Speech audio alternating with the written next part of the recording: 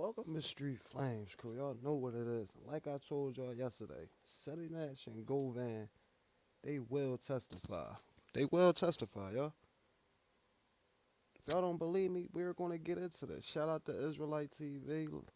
Shout out to her. Make sure y'all like, share, survive. We're going to get into this commentary and content. And we're going to expose the exposers. If y'all don't know who the exposers is Ceddy Nash, Whack 100, Govan, all of them. They all in cahoots together. They running around, telling on people. Allegedly. But y'all know what it is. Just make sure y'all like, share, and subscribe, and show the channel some love. Let's get into this music.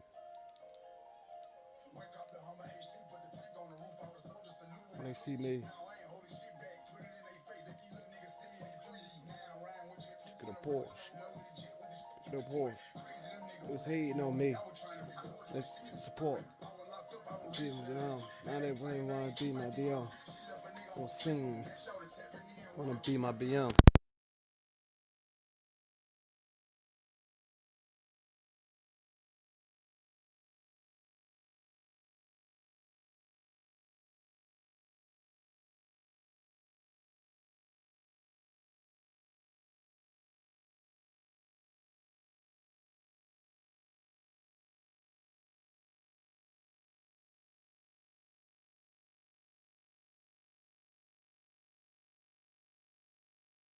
I ain't got nothing but some guns for him. All the bitches wanna spend time with me. I ain't got nothing but some guns for him. Bitch, eat it. Put my life on the lap for my baby mama. When she left a nigga, I was speechless. Had a baby with a whole fell in love with the money, dog. I was tweaking. I just wanted some help, I was seeking. I was broke down, I was leaking. Now I'm adding more pieces than Reese's. I'm very important, you can't even reach me. I'm gonna win this game with defense. I ain't even really nigga pretense. 30K for the Cartier VVS's. I can't even see shit. I don't get niggas cause represent freedom. I don't touch the 30 nigga beat them. They ain't never done when you need them. Eyes on back of my head. I seen the back door before it can swing. I try to run up a bag on the scheme. How you gonna run up on me, let it ring? How you gonna fuck with a nigga like me? There be some shit that they already beat. All of it, I just be stuck with this heat. Pay for the steps and cover their feet. Hey, I seen a plot before it can happen. This shit automatic. This shit just like magic. If you want me, what already happened. 5% in the blood smoking candy. I'm still funny and gotta be rapping. Who you know come from the hood with the package? Who you know pull up and truck with the stand? I was in trouble with label and fashion. They ain't no me, bro, man, them patterns. I'm fuck with them niggas, I blame the cash. I hear about ops and all to rappers. You lie to my name, I'm a heart with a passion. My heart to the soul. Get on the air and they carry the mold. Over the years, I carry the load. I stay like O's, I carry the gold. Just money alone, they get you gone. I need me a cologne, bitch, want me at home. Your heart in the street, but your mind in the song. And it's all on the block, get your waiting to get on. All the way from money to call. Any contact, when you play with involved. Look in the mirror, this ain't you at all. This ain't the months for millions of dollars. I feel like the eyes on back of my head. I seen the back door before it can swing. I try to run up on man on the steam. If they try to run up on me, let it ring. How you gon' fuck with a nigga like me? There be some shit that they already beat. All lit, I just be stuck with this heat. Pay for the steps, they jump for their feet. Hey, I keep hearing this voice in my head. Fuck them niggas, they left you for dead. I can do better my own shit. I dropped everybody who fucking my bread. Please don't get it confused, cause I'm in the black, I'm not in the red. Hearing this voice in my head saying, fuck what they saying, I ain't taking my meds. I keep hearing these voices. Buying new children, buying new Porsches. They say I'm mentally stable. Spending million on cars just to feed my horses. I keep hearing these voices. Women me, you know, saying buy Rolls Royce. And I keep hearing these voices. Nigga, Watch your back, gotta be more cautious. I think this whole special ed. What she doing on this dish with this whole new to have? The way I keep thinking it, bitch. Got her leg shaking like I let Elvis the Elvis. I think I'm really important. I done got so rich, I'm rolling with joint. Woke up, it's a beautiful morning. Get so that chunk on going to Georgia. Look out my window, see water. I look at my wrist and see even more water. I'm smoking on gas, my car on the charge. Electric Ferrari, I shit on the charge. I don't even care about the fame at all. The money motivate me, nigga. And I don't even ride with a spin in my car. How the fuck I'm spinning you niggas? No shot, right with a dot, with a dot, with a drop, with an umbrella in it. It's over at the top, but I forgot that crib with an elevator in it.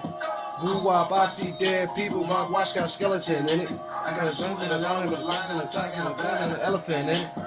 I don't keep hearing them voice in my head. Fuck them niggas that let me for dead. I can do better my own shit. I dropped everybody who fucking my brick. Please don't get it confused, cause I'm in the black, I'm not in the red. These voices in their head saying, fuck what they saying, I ain't taking my meds. I keep hearing these voices. Lambo Porsches, they say I'm mentally stable. Spend a money on hunt just to feed my horses. I keep hearing these voices. Moving me up and buy no voices. And I keep hearing these voices. You know what you said, gotta be more cautious. Cause my diamonds were hitting. Look at this, see how jealous you get.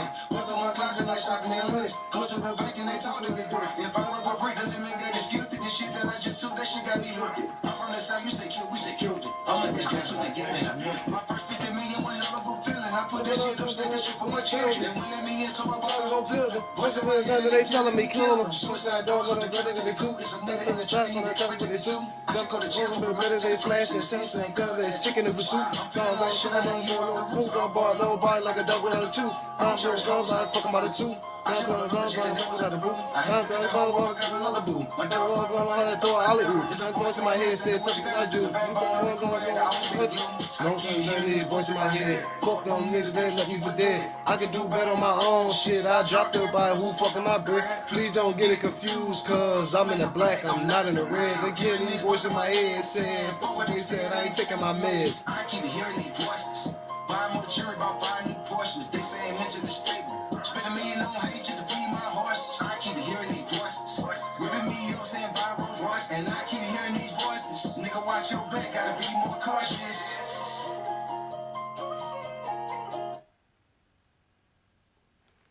Shout out to WAP, man. Shout out to WAP. Shout out to WAP. Let's get into this content, man. What you got for us, Israel? Connection here, okay? Yo Gotti didn't get along with Dolph. You get charged with something. Yo Gotti doesn't see eye to eye with Gucci. You're the first person that brings. And by the way, you know, we all watched his XXL interview. Who Shiesty, he didn't say nothing bad about Gucci, but he did big up Gotti. Yeah. Is the reason why you said this publicly is to kind of let people know, man, I know Gotti got that nigga wedding band took, man. Welcome back to another episode here on Israelite Talk TV and family. I'm coming back to you guys with another quick banger. Now, let's just get right to it. Y'all see the thumbnail, y'all see the title. That's right. We got to go back and revisit something that I forgot to touch on Sunday in my last video, okay? I ended up getting sidetracked because I was dumping so much data, critical data, dumping it, offload, that I forgot to touch on the tail of the tape, okay? We just kind of scratched the surface, but I'm coming back to zero in on the point that I wanted to make Sunday. So if you guys haven't saw that video, go back, check that out, and of course, hype me up. Now, the question that I want to put to you all is, way better than the usual routine. Do we think that Ceddy Nash now that's what I call and Detective McGruff, okay, Hernandez Govan, will be subpoenaed and called to testify and snitch on Pooh Shiesty and Chopper Gang, okay? Now y'all may say, Big Light, what you talking about? Well, it's a very simple thing to understand, okay? Let's run the tape. You know, Gucci came in the studio, and when he came in, you know, he wasn't allowed to leave. And so, you know, there's a lot of things that happened. You know, a lot of jury was taken. The cameraman, he got assaulted, and Gucci was forced to sign a release form to release Shiesty out of the record deal, and it was recorded as well. Now y'all hear that? Now y'all hear that? That boy sitting there talking about it was recorded, and he's standing on it. This boy's crazy. And so they said Big 30 recorded, right? Or somebody from the crew? Yeah, allegedly. Yeah, allegedly. You know, I do know it was recorded. I seen the video. I was gonna ask you that. Did you get a chance to see the video? Yeah, I seen the video, you know, and I think this is my first time kind of like breaking this year, but yeah, I actually seen it. And what, you know, can you describe a little bit of the details in that video? But supposedly Gucci was kidnapped and forced to sign his release papers, and people were robbed in the incident by Pooh Shiesty and others. You're the first one who said this shit. Yeah. How the hell did you know? Like that's the question, bro. I know a couple of the cats that was actually charged on the indictment. I know personally. Really? Yeah, for sure. So I got, you know what I'm saying, I was hit up, when Ceddy was making conversations, and he was talking about the jury and shit and all that was a real thing, you know what I'm saying, Without saying too much, I ain't trying to Vlad TV or nothing, Vlad TV you or nothing, but based on the footage, it doesn't look crazy. It doesn't look like somebody may not come home. You can say that. I ain't gonna ask you about. Man, I'm gonna tell you something. From the things that I know and the things that I seen, it'll be hard for me to see them beating it, or whatever. So, but no, I didn't expect to go viral. I just went on there basically just to, like I said, rub it in their face and just let them know, I don't promote fake news. What I'm saying? Me, Ceddy, my boy Ghost Low Sweet, and Prince, we take pride into, putting out accurate information, and that's what I do now. So, okay, so we played this in the last video, and we running it back again this time. The first thing that we got to understand is that the first people to bring this to the internet was Detective McGruff and Ceddy Nash, right? He was the first people that brought it to there. They confirmed that this happened. Detective McGruff has gone so far as to say that he saw the tape, right? So to all the people out there saying that this tape don't exist, Detective McGruff just told you that it exists. And to all these people out here, all you bloggers that are street dreaming and thinking that, all Gucci gotta do is this, and stop street dreaming, bruh. Gucci is not doing Pooh Shiesty no favors. See, I'm gonna do another video because these fake motives that they have put out here on why this has happened about the fake 20. See, that's why I let that song play. They keep telling me take my meds. Fuck what they said. I ain't taking my meds. 24 million and the bullshit about the chains with Big Scar. That's not why they did this shit, bro. Okay, this shit got to do with street shit, and Pooh Shiesty knew that he wasn't gonna be safe over there, so this why he faked that move and pulled the shit that he did. But we'll talk about that in another video. But at the end of the day, Detective McGruff confirmed that. That's a fact. Dolph lost his life and etc. And Pooh Shiesty knew he wasn't safe over there. Just like Big 30 knew he wasn't safe with Moneybagg Yo. That's why he tried to fake an argument with Moneybagg Yo. But come to find out, before y'all do that to Gucci, allegedly, Moneybagg Yo, Pooh Shiesty, and Big 30 all together. There's a tape that he saw the tape, right? He also goes so far to say that they did kidnap him. Said when Gucci and them came in, they was not allowed to leave. He confirmed that. And he confirmed that basically Big 30 was recording all of this shit happened, okay? So that means that what Detective McGruff is saying is aligning with the police, some of the things that's in the police complaint, right? So the feds can subpoena them to court. What would it feel like to wake up on your terms, work from anywhere, and actually enjoy what you do while helping others?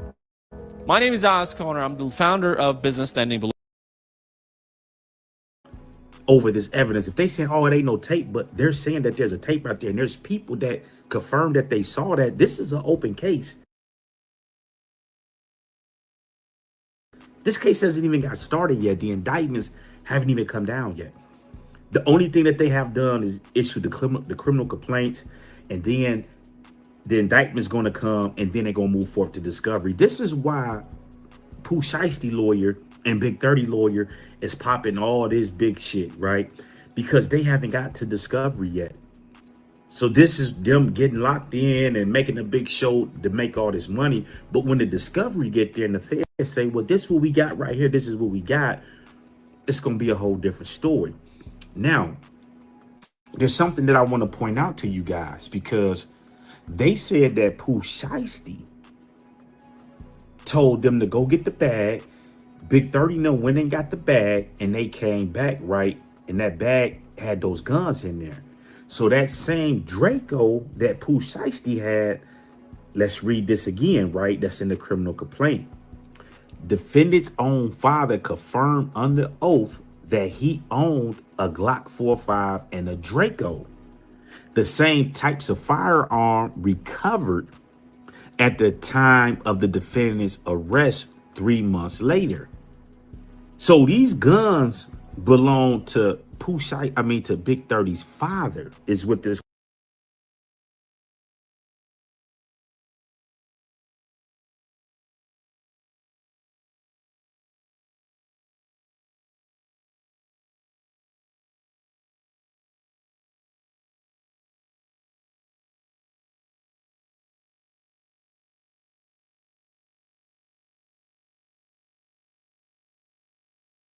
complaint saying. Defendant's own father confirmed under oath that he owned a Glock 45 and a Draco, the same types of firearm recovered at the time of the defendant's arrest 3 months later. So the Hellcat was registered to the father. The guns were registered to the father, right? This is why the father said under oath that he owned those guns. So what is so significant about this? It means that they got the video footage of what actually happened there. This is what y'all gotta understand. This is why when they came and got those guns are gonna match up to the same guns that's in the video footage that's getting ready to fuck Pooh Shiesty. See, when they told y'all that they tracked them through the phone, right? Okay, let's pull that up again real quick and put eyes on that, right? Okay, let's pull that back up and put eyes on that, you guys. Make sure y'all subscribe to my channel. It says Mr. Wright allegedly filmed the release of the contract on his cell phone. Right? Right. Big 30. Special Agent Hives testified that we had active court order searches of the location data for Mr. Wright's cell phone. Let's stop right there. They have active warrants. So before they came and picked them up, they already had warrants on that phone, and they've been tracking that phone, right? So now, this is how we get the Gotti, right? Because remember, I told y'all, they keep feeding us these bullshit ass motives in the media. Oh, it's about a 24 million. We didn't debunk that. Oh, it's about Big Scar Chain. We didn't debunk that. So this was really a hit sent by Gotti. Now, why is this important to understand? Because everywhere that Big 30 sent that video to, they have that documentation already, because they already got the warrants. They already went through the phone. This is how they tracked them and found them, meaning that they already had a warrant on the phone. They didn't already went through the data and got the shit that they need. Yep. So now, this is the question we got to ask ourselves, is who sent the tape to Detective McGruff, right? Who sent the tape to Detective McGruff? Well, who showed it? So when they asked Detective McGruff about the footage, he claimed that it didn't come from Big 30 and it didn't come from Pooh Shiesty, but he threw something out there. Oh, I knew a couple of the guys that was involved in it. You knowing a couple guys that's involved in it don't mean that they actually sent you the footage or called and showed you the footage. Think about this, family. Why would Pooh Shiesty or Big 30 or anybody with Chopper Gang call up Detective McGruff, Chief of Police Hernandez Govan, and show him the tape? Think about this, family. And he's the police. This man running around here like he's not a snitch. And it's documented. Yeah, he running around like he cool and thorough and shit. That nigga's a rat. He know he is, and he trying to bring Pooh Shiesty. He trying to make everybody like him. He know this. And Ceddy Nash and Charleston White and all y'all, y'all sitting there vouching for boy, helping boy. He's a rat. He's a snake. He's a crumb. He's the lowest man on the earth. That he's a rat. Listen to the shit that this guy is saying. Let's run the tape. You and Jook were good friends, you know, and you got picked up first.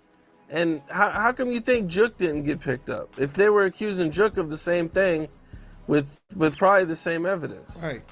With more evidence. Wow. More evidence. Yeah. Wow. So the reason, I think it was strategic. I think they picked me up and arrested me. To try to get you And to flip. the intentions, the plan was to apply as much pressure as they could on me. Thinking that I would, you know. Thinking?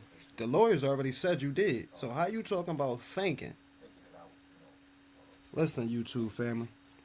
Listen, YouTube family.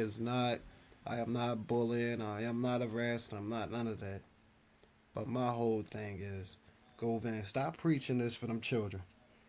Stop confusing them children, Govan, because you sitting there trying to act like you didn't tell, like the lawyer didn't sit there and said you gave up a proffer. And you put 15 motions in.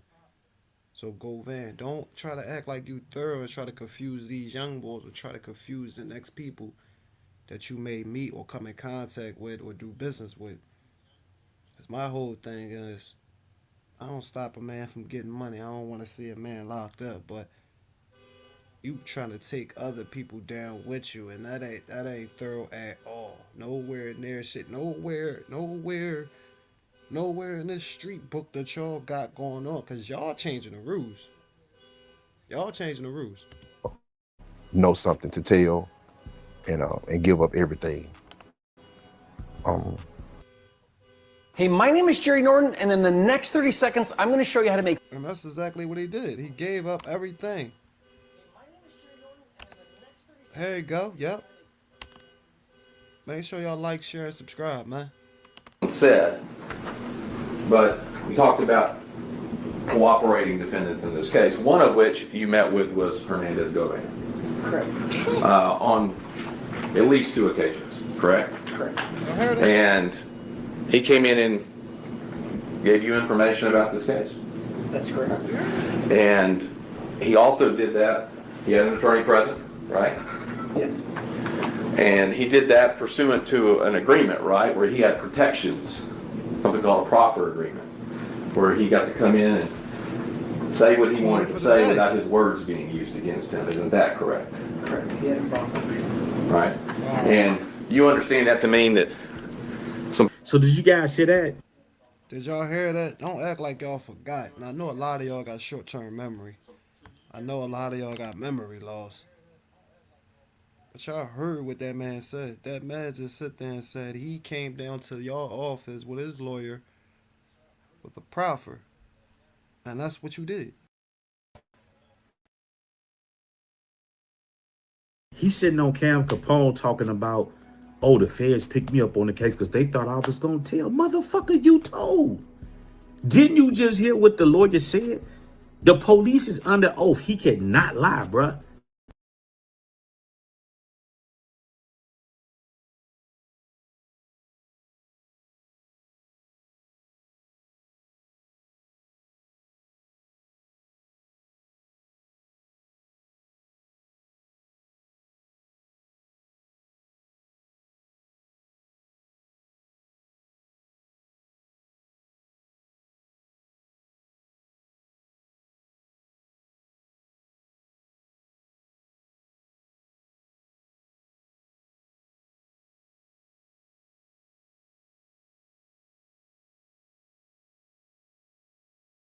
He cannot lie.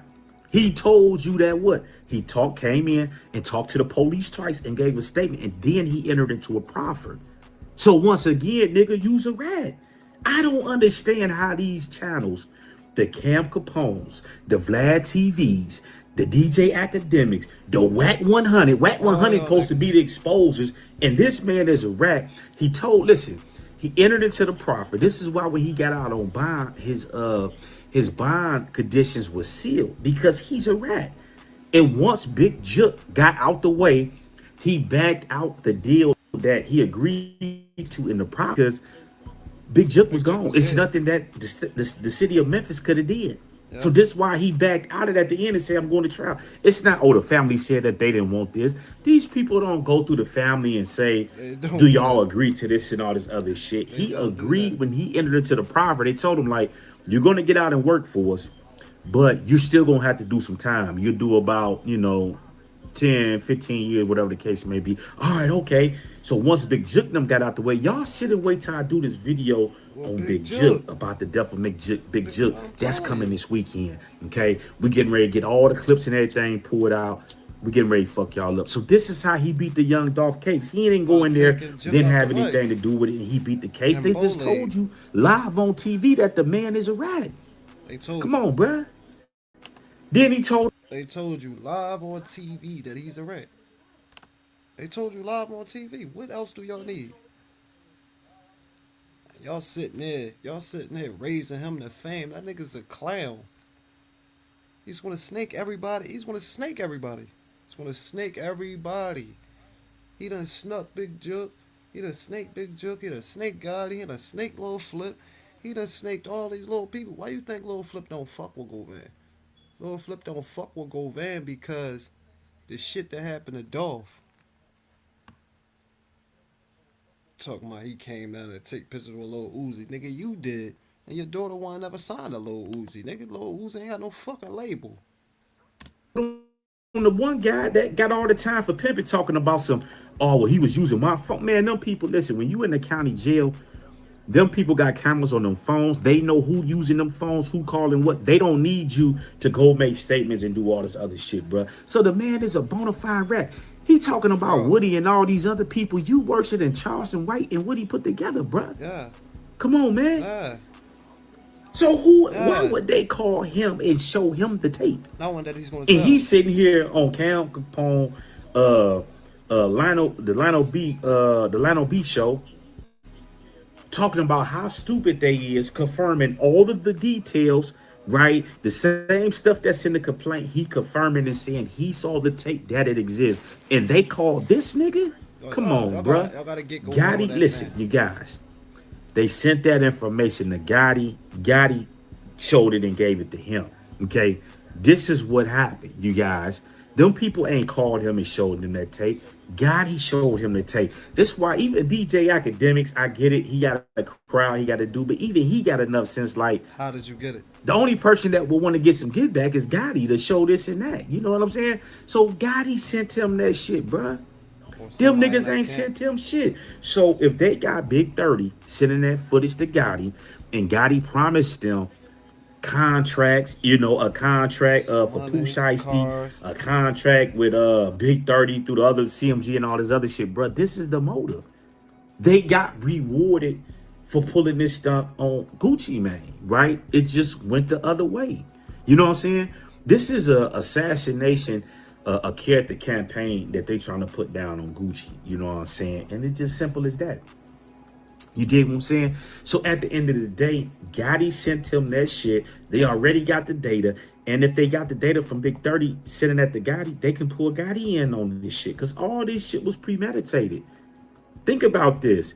The father went and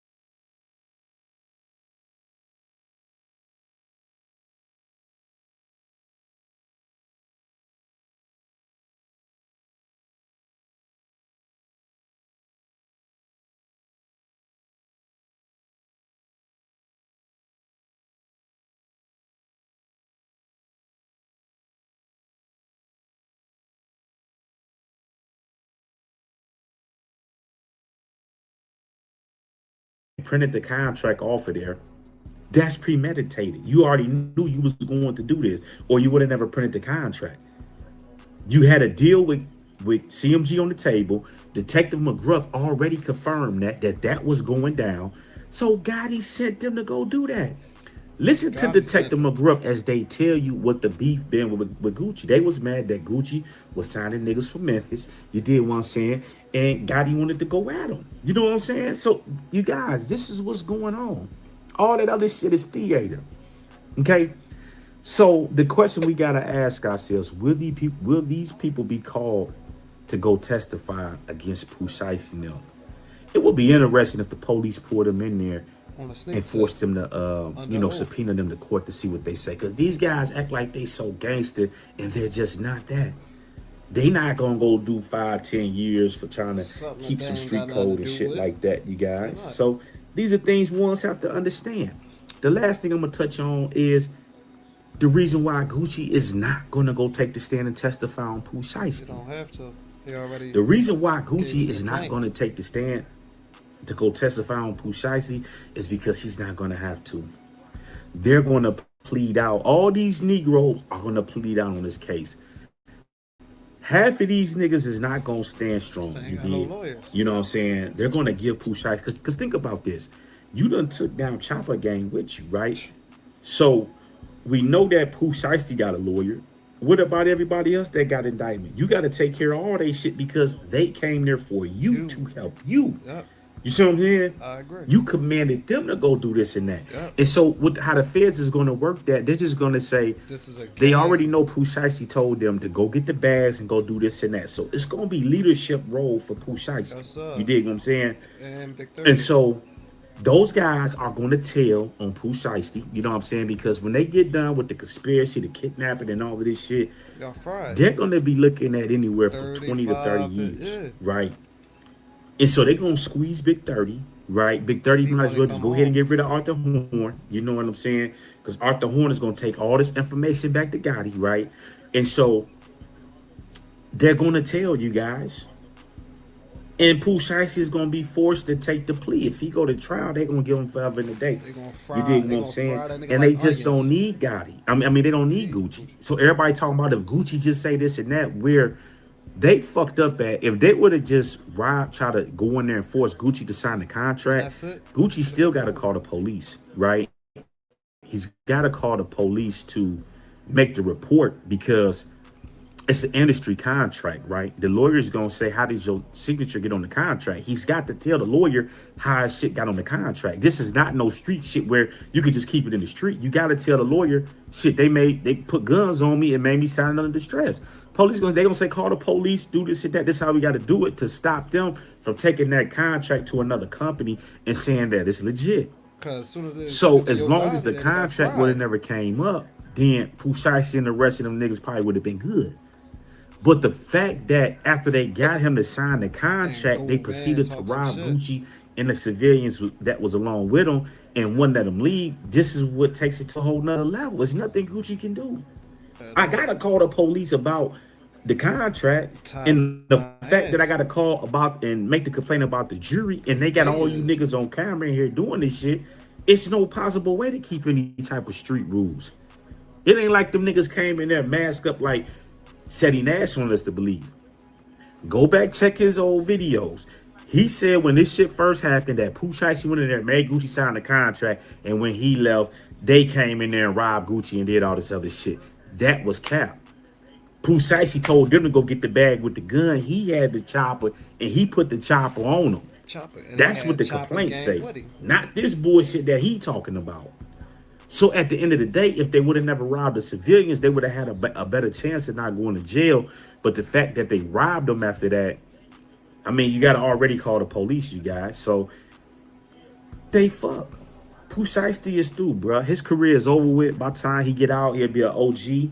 You know what I'm saying? And it ain't gonna even be the people that he coming up with, the youth and the people that's here now, these people will be old folks and, you know, worrying about healthcare and all this other shit. They ain't gonna be thinking about no Pooh Shiesty and none of that other shit, you guys.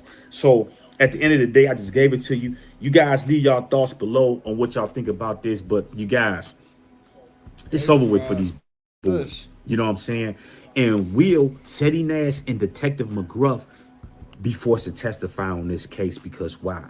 He confirmed kidnapping and he confirmed that the tape exists, and the feds can subpoena them to court to give a statement because they're saying the exact same thing that's on the tape and the same thing that was reported.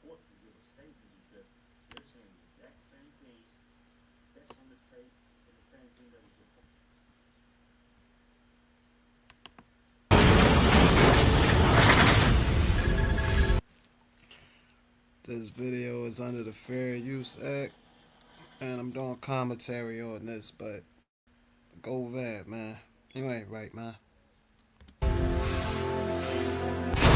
You know what? One of the most surprising things when I was doing my research is they found the car across the street from your house. Yeah, they did. Yeah, again, Cornelius. You know, I met him on this street. I met him through someone that I used to call a brother. He's deceased now. He died of an overdose, but he lived on that street with me as well. No, he didn't. He was shot. Yo, it was a damn lie. The nigga was shot. Bobby, his name was Bobby. Bobby was shot. They said he ran up to the car. He came to the car. It was an argument. His girl came outside. He went to the car. He was shot, and a black car pulled off. Just like with CEO T's, he passed away. They said it was a black car pulled off. Just like when Bowleg was knocked off, that was Big Joke bodyguard. A couple days before Big Joke lost his life, his bodyguard was knocked off too. And Govan had parts allegedly. And we both grew up on that street since birth. And he was Cornelius' friend, so Cornelius knew about the abandoned house. He knew about different little houses on the street that did certain things or whatever. So he had familiar, he was very familiar with that street as well. And so for whatever reason, he decided to park the car over there at that abandoned house. As long as I've been in the streets, Cam, I don't know if you ever been in the streets, ever been a criminal or what, that ain't my business. But even if you haven't been in the streets, I'm sure you're smart enough to know that. I don't say what I said. I've been in the streets long enough that ain't no way in hell I'm gonna agree with nobody to park a car that you just used in a high profile murder across the street from where I sell dope at. All over the news. That car's all over the news. Ain't no way I'm gonna across the street or where you sell dope at. Did y'all hear that, man? Across the street from where I sell dope at. But I thought that was your house you lived in. Now you sell dope. Agree to that. Under no circumstances. I wouldn't give a if you had the same AK that Gucci Man had to his head to my head. I'm not agreeing to that. So anybody that knew me, like I still get people right to this day saying, when they found their car across the street from my spot, that let them know right then that I had nothing to do with it. Because if I was in on that drill, ain't no way that motherfucking car would have been right there. That's where they slipped up at. You was supposed to get Did you ever, okay, so you're seeing the news, and then all of a sudden this car is parked across the street. I ended up putting Did you see it, and were you like, I put it together. Is that the fucking car? Yeah, I put it together. That was used? No way. Yeah, I put it together, and that's when I started calling. I started calling every motherfucker. You know what I'm saying? Like, hey man, what's up? Who the fuck? What's going on? Motherfuckers was stuttering, not answering the phones, and all kind of weird ass shit. So yeah, that was crazy, but yeah, everybody acted like they didn't know what was going on when I started going off about this car across the street from where I sell dope at. They lined you up. Oh, okay. So you start. Okay, I didn't know this. So you started going off online about this? No, not online. I start calling Cornelius bitch ass. You know what I'm saying? Because I knew he had something to do with it. Because the night that I called Juke over to listen to the music, he was the one to come knocking on the door, asking, did Juke and them want to do something about his brother? getting shot at. Why would he drive And the I never car? knew. I never heard it at that point. What? That his truck had been shot up. And I told Cornelius, Yo, this boy's a liar. Yo, this boy's a liar. But you running around saying before Young Dog died, Yo Gotti truck was shot at. Yo, you's a liar. I came out on the porch. I told him he didn't know what he was talking about. I said, I done heard of Dolph being shot at and shit like that. And to my surprise, he knew what he was talking about. Because when I went back in the house, I ain't say nothing to Juke about it because I didn't want to run Juke off from the music deal. My main concern was trying to get out the streets and get drop signed to this deal so me, him, and my brother could, get out the streets and if you're a producer who hates AI, this plugin might change your mind. This is reimagining co-producer. Y'all hear that boy stuttering? It was when Juke was leaving. Y'all hear that boy stuttering? He giving a game up.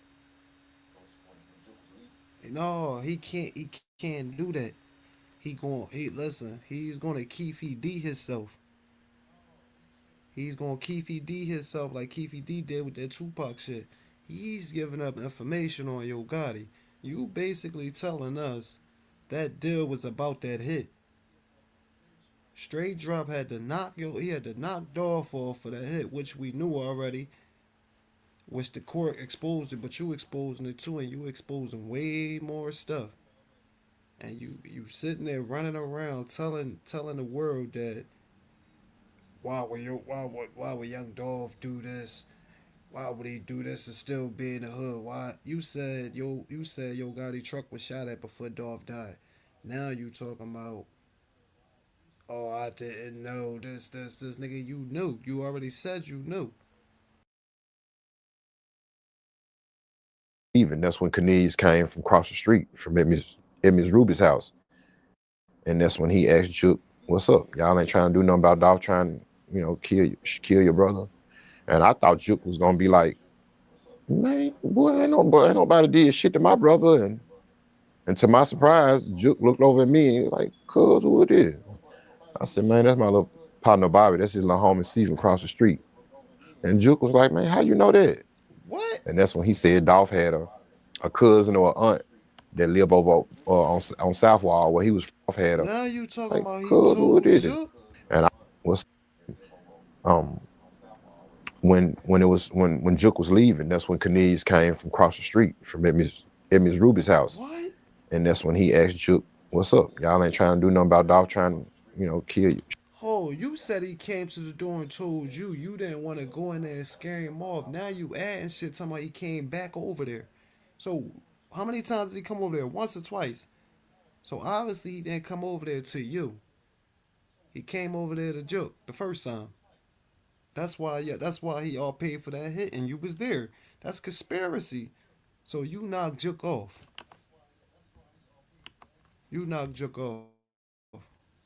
Kill your brother.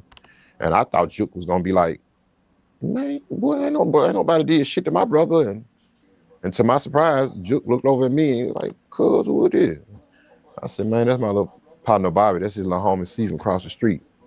And Juke was like, man, how you know that? What the fuck? And that's when he said Dolph had a cousin or an aunt that lived over on South Wall where he was from. And said Dolph had been bragging on the drill when he sent the car.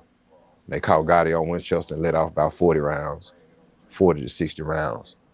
But Gotti was bulletproof.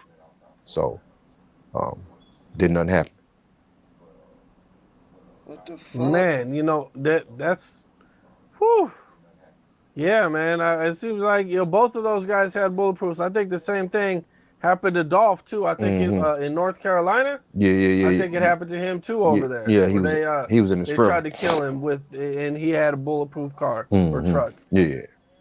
Or somebody did. I don't know who did. Yeah. But, Yeah, Dolph he did. Mm-hmm. Man, okay. Do you know what caused the problems between these guys? Was it really just like, man, like y'all, that Dolph didn't want to sign with Gotti? Like, That's so that ain't crazy. that wasn't the, you know what I'm saying, that was the issue. It was Gucci. It wasn't an issue with Gotti per se, you know what I'm saying. When he tried to sign Dolph, when Dolph, you know, declined, you know what I'm saying, to sign or whatever, Dolph didn't just decline. Dolph went on campaign. I guess what you call it, a media run, and just started talking bad about Gotti. Started telling, you know what I'm saying, how he was talking down on his own. How? On January 10th, Yo Gotti said, "There's a rapper in my city, something I'm trying to start from clicking out." What he say? I went up on the stage, but security kicked me out. Some shit. So you lying? You lying?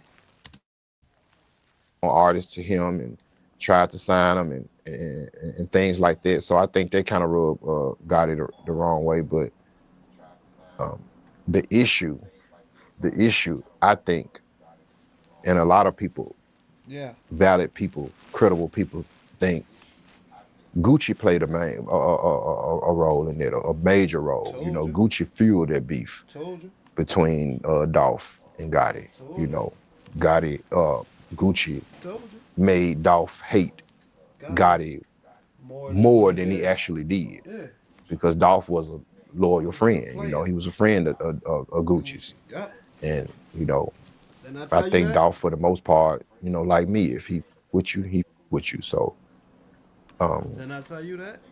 yeah, I think that beef was more so fueled by Gucci. It was. And Gucci had that battery in Dolph back.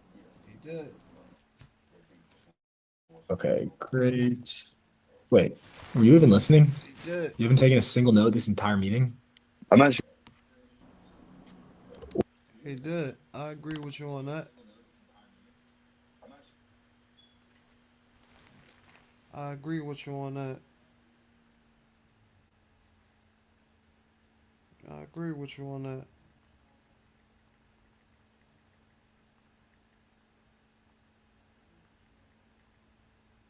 I agree with you on that. I agree. Well, now that all this is over, and you know you've made it through this, you came out unscathed. You know, are you worried that, you know, not everybody believes that you're innocent? Are you worried that somebody might try to come after you or do something to you? The environment I come from, we don't worry about things like that. You know, it's second nature. Shit could have been happening to me 30-some years ago. I mean, I'm from that environment. So you get numb to certain things. So stuff that would have the average person scared to go outside and not doing things that they need to do because of, you know, it's different with me. Those type of things don't bother me. I face them head on. If it's an issue, I ain't ducking nothing but some bad. Well, I hear that, man. Well, I'm glad you made it out, man. I'm glad that it worked out for you. For sure, appreciate it, bro. You know, congratulations on everything, on your success, and you know, now you know you're doing podcasting, and you know, you're definitely a face out here. And the thing about it, I ain't got nothing against you, Govan. None of that. I don't really care about the situation. But my whole thing is you misleading. Shalom, and you're now locked in here. It's like Talk TV when you get nothing but the raw. You misleading the youth. You sitting there misleading the young boys. You telling the world this and you telling the world that, but it's not making sense, Cat Daddy. That's not making sense. That's not making sense. It's not making sense.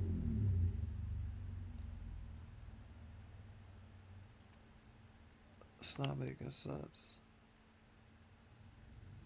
It's not making sense, man. It's not making sense. Like even Ben to Don.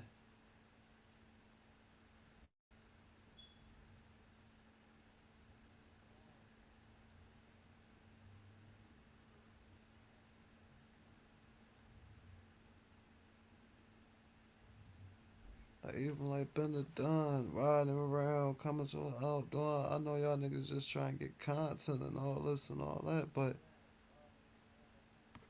certain things ain't called for all content. All, you know how they say all money ain't good money? It's the same thing as all content ain't, but I get it. I get it. Check out how this app helped me buy whatever I want in my favorite game. Unlimited money makes it so you can get what you want from the game. You niggas is content.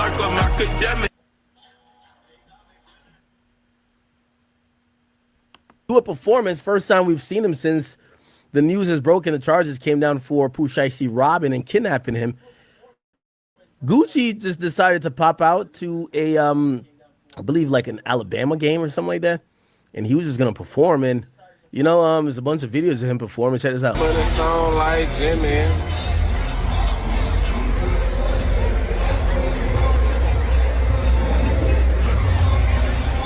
But it's not like Jimmy. But it's not like Jimmy.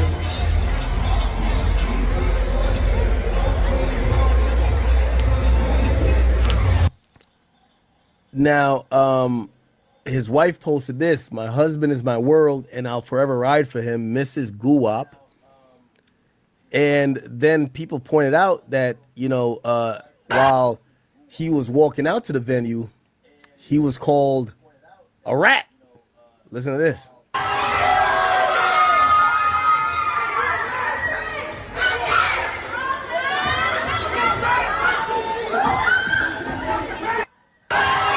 You heard someone say you a rat, Gucci?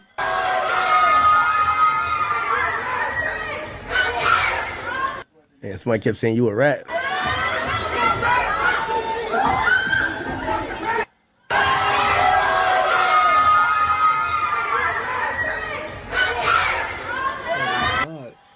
Damn, is this Gucci's new life? Getting called a rat in public?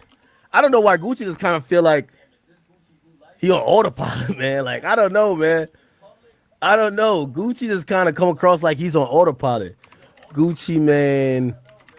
Yeah, he just kind of come across like he's just on autopilot, man. Like, seriously. Like, I don't even know how he responds to stuff. Like, I even saw him, like, on the field, and he's, like, kind of doing an interview. But, like, his answers just kind of, like, I hate to say clone, but like he just seemed like he's not himself.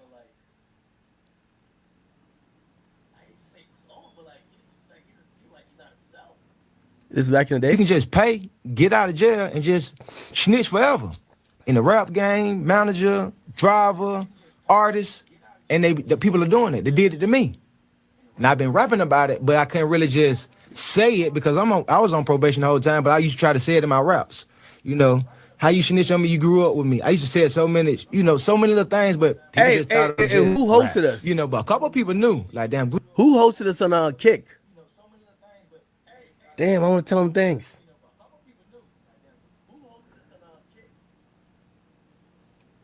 Yeah, I think Gucci's new life. A 2K? Oh, salute to 2K. Oh, talks with 2K? Oh, damn, tell him what up. Appreciate him. So it looked like Gucci Mane's like new life is people just call him a rat, bro. Like, never thought it would get here. Looking forward to. Thing about it, y'all people that's calling him a rat is weirdos. Y'all motherfuckers never been in the streets and none of that shit. Motherfuckers know. Look. Yeah, it's been special. What do you make of this crowd? Every answer Gucci Mane gives, it just kind of feels like he's telepathically communicating with his wife to get the answer, bro. I'm loving it. I love the energy. What can you tell me about your set list?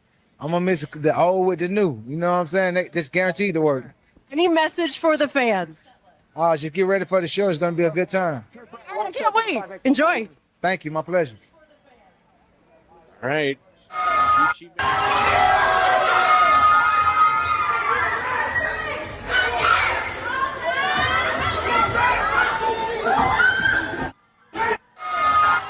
that off and just being the Gucci Mane face right here. The other for how raw. Damn, man. Hey, one thing I gotta say though, like I was saying that Gucci wasn't gonna be able to handle people heckling him and whole internet calling him a rat. The more I see him like kind of comfortable with it, that nigga might really take the stand. I always be like, it's preposterous. Y'all keep talking about he take the stand. He ain't gotta take the stand. That was a fucking report for his jury and shit or whatever. Them niggas told the rest of the shit. He confirmed the shit because they all was together. Y'all niggas is stupid. He's not taking a stand. The more I see him just being able to brush it off his shoulder, they already call him a rat. It's not like they're gonna not call him a rat. You know what I mean? Like on some YSL Woody shit. Like, nah, he went up there and he spun them. Like he helped Pooch. Then academics, you getting your information from people, then put it in your own words and spin it like you know, bro. Everybody's situation don't be the same, and you keep using Young Thug as an example. Young Thug wasn't facing the feds. Fuck. Shiesty. I think he might actually take the stand and just be like, yeah, that nigga kidnapped me. Yeah. That nigga pull out a drink on me. Yeah. Holy shit.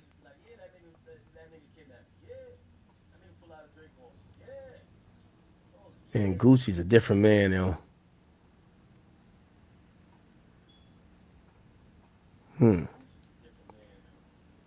I'm with 1090 Jake. No, that's not exactly true because his cameraman noticed that there was some sort of serious situation that was. And then y'all gotta remember, his cameraman used to record for Pooh Shiesty and them niggas. Them niggas know some of them niggas. Happening in that room. The cameraman, the paperwork states the cameraman noticed the conversation was becoming intense. And it also says he saw Big 30 recording him, which he thought was him just recording him for, you know, promotion, whatever. Right. It never stated that they saw him at gunpoint. It never stated that they saw him getting his jewelry taken. None of that shit. So they could have walked out of that room and just left. But instead, everybody else pulled out guns. As soon as they walked out, the cameraman got robbed. Gucci's homie from Zone 6 got robbed. It just went down. And what the fuck is you talking about? They came out and pulled guns. Nigga, it was already niggas in the room with them niggas. Them niggas already knew. When he said get the bag, that was the key. Get the bag. When he got the bag, them niggas pulled their guns out and robbed them niggas all at the same time.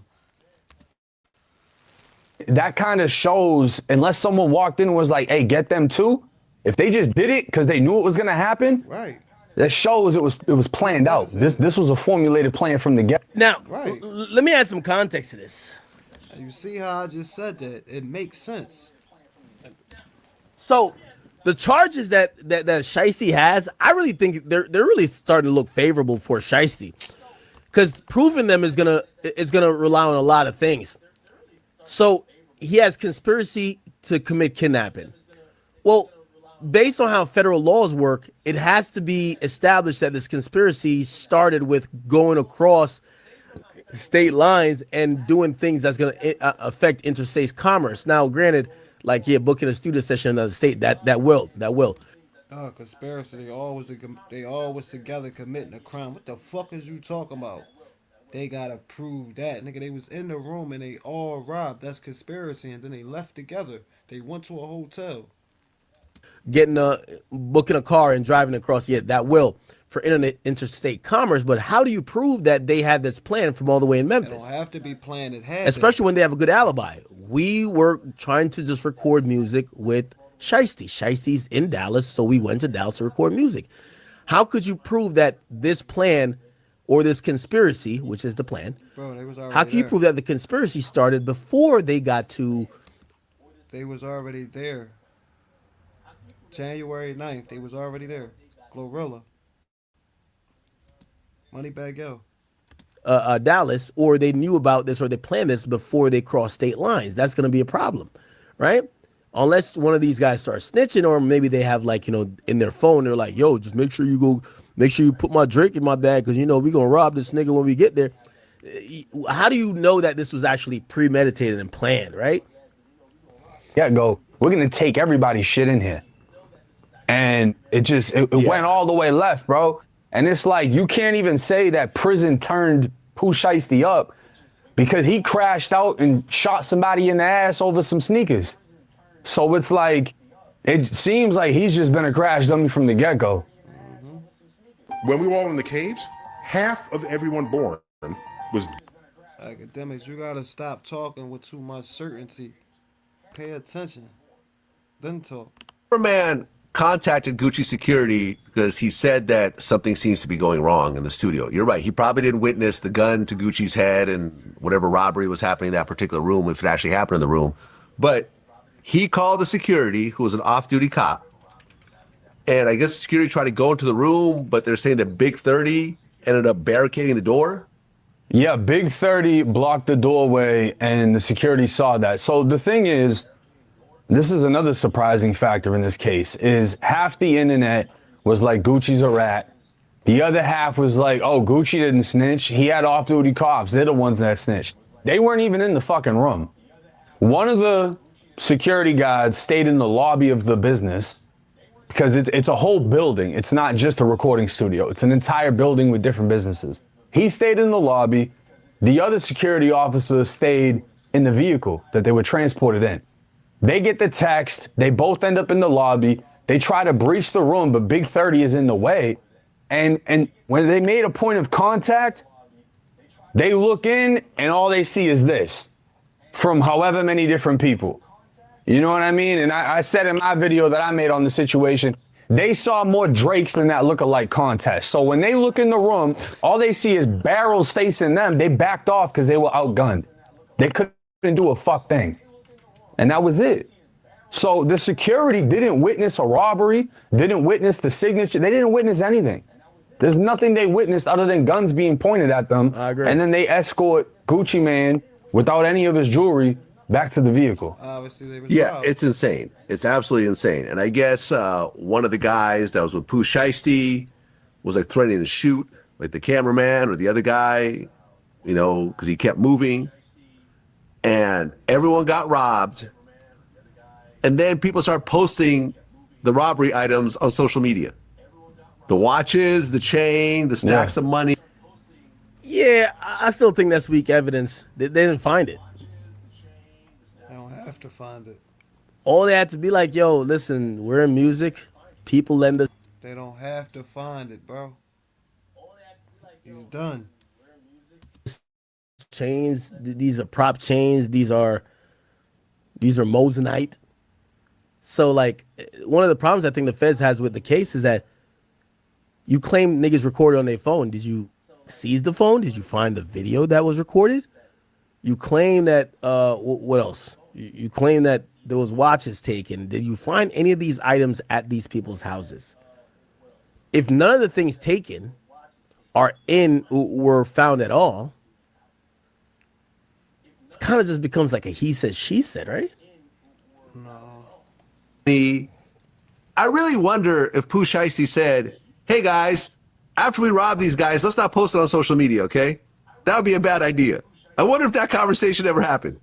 I mean, he's probably thinking, you know, I got to feed the wolves and just let them do what they do. Because the saddest part about this situation isn't, you know, the robbery. It's not the wedding ring. Gucci got robbed for over $500,000 worth of shit himself. Altogether, the robbery was worth over $600,000. The saddest part about the situation is half of the robbery team that did the shit had to take a bus back to Memphis.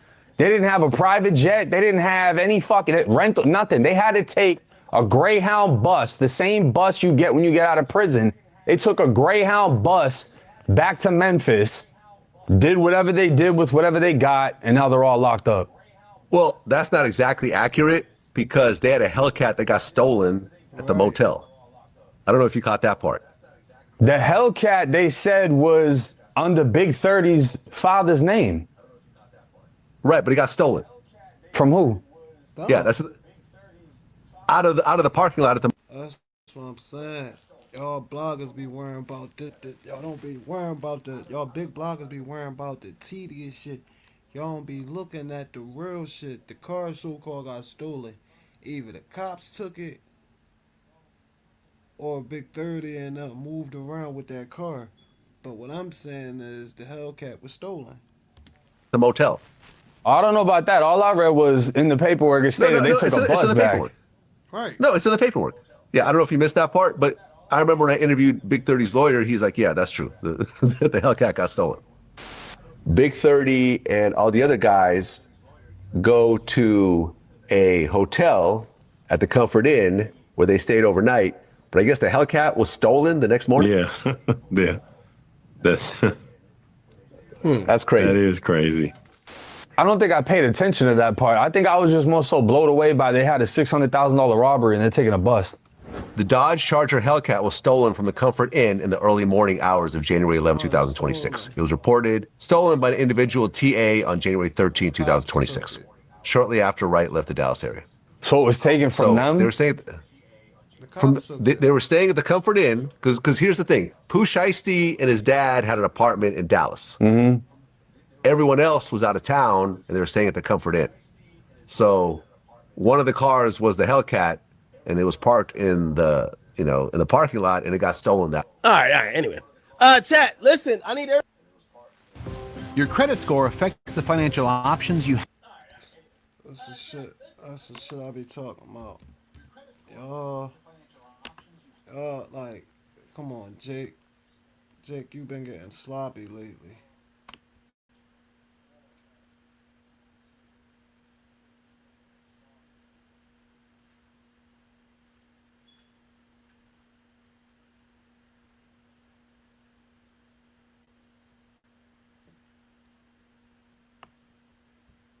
You've been getting sloppy lately.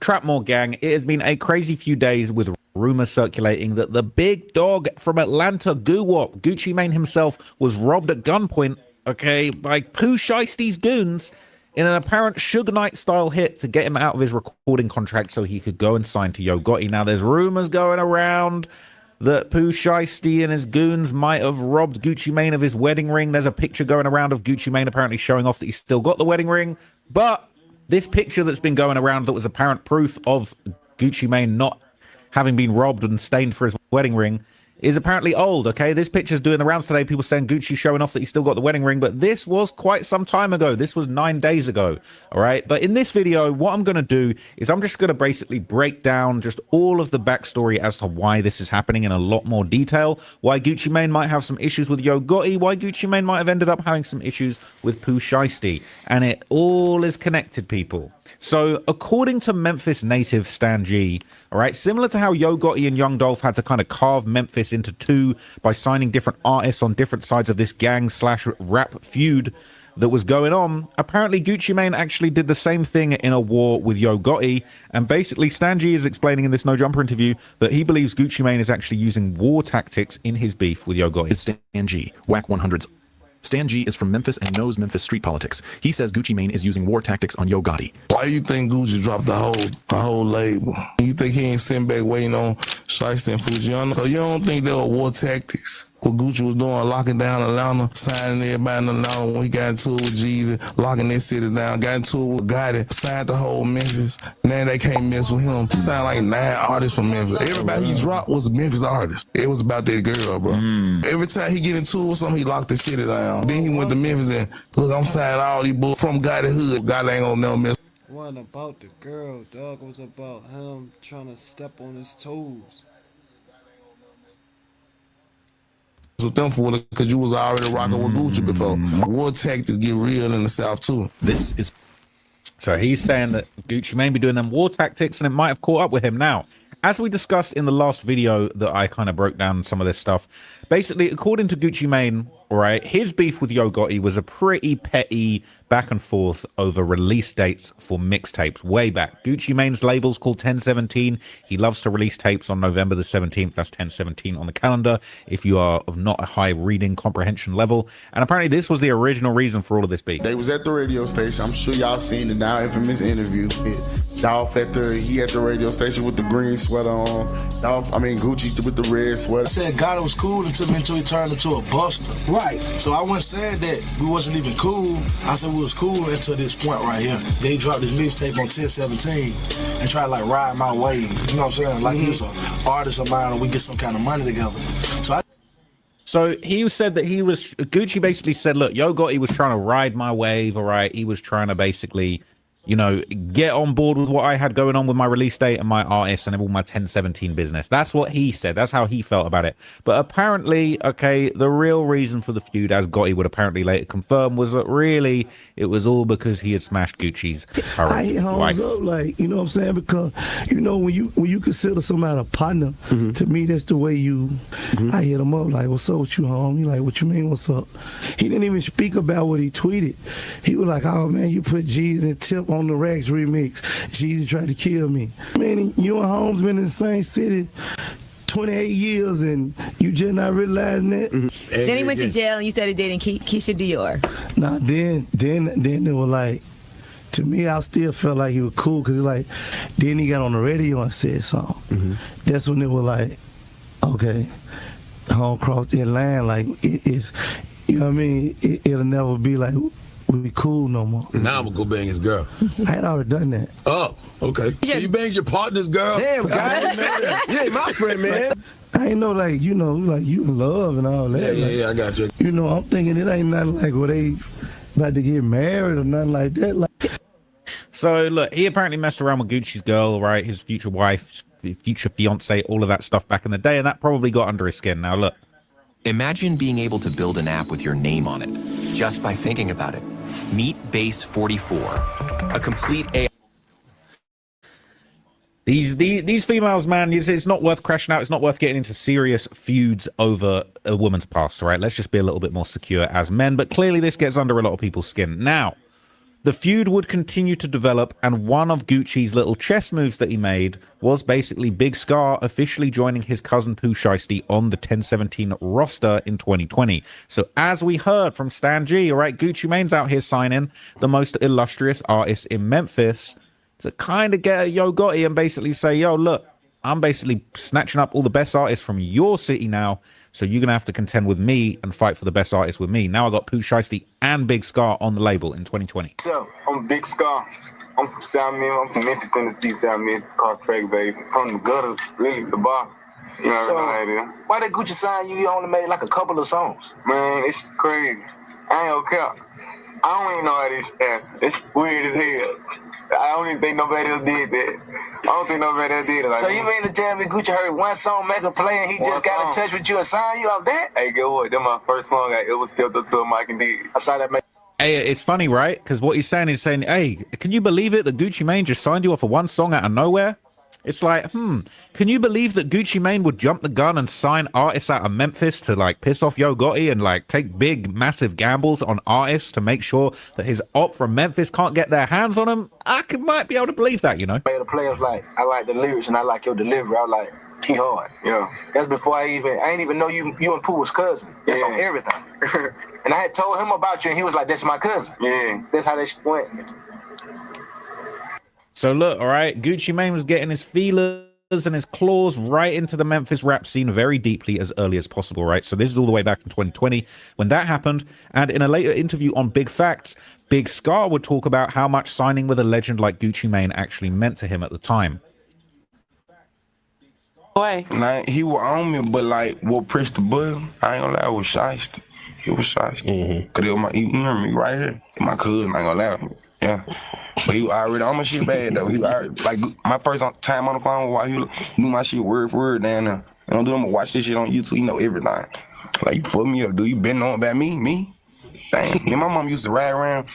I'm 12, 13 years old. My mom used to get drunk. I got dragged home. I favorite song 745. 745 with the bitch. Yeah. So my mama bring it up. My daddy told her mama. And my mama like this. Don't go out on the way home. Real talk. So this shit like a real dream. Like this shit crazy. Like some shit I've been seeing since a child. So it's crazy. You think? So this was a dream come true for Big Scar, right? And then as part of the 1017 label under the banner of Gucci Mane, Scar, while he was still alive, was one of Gucci's most successful artists. So he basically released a track of a string of tracks under 1017 that racked up tens of millions of views, right? Check these out. So look, I don't want to get in trouble for playing any of these songs. all right, or showing people hitting blunts on the screen immediately. But 35 million views, all right, for Endzone, all right, big 1017 business, all right. He really was getting to them views, all right. It says follow Gucci Mane, even Gucci Mane's info. Subscribe for more content from Gucci Mane, all right. So he really was locked in, and this has been. Like I had told y'all, Pooh Shiesty's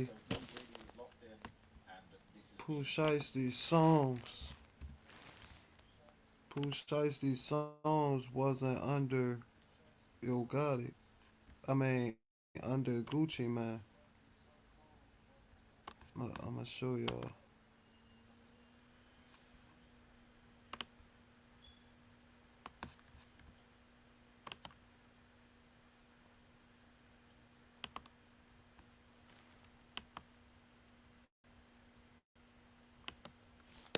Make your browser fast. I'm gonna show y'all.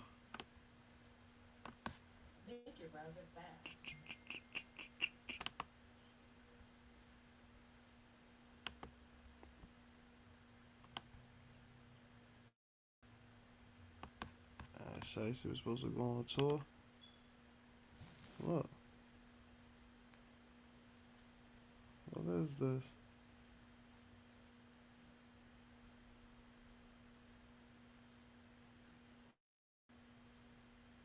Creative director.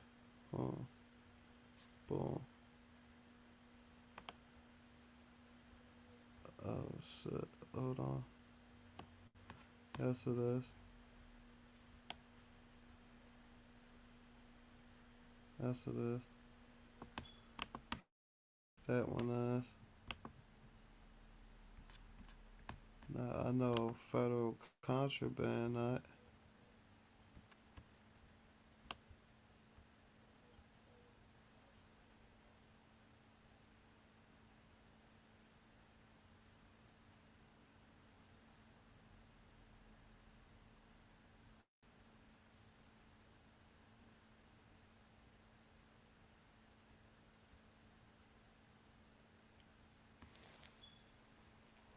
So that I like a lot.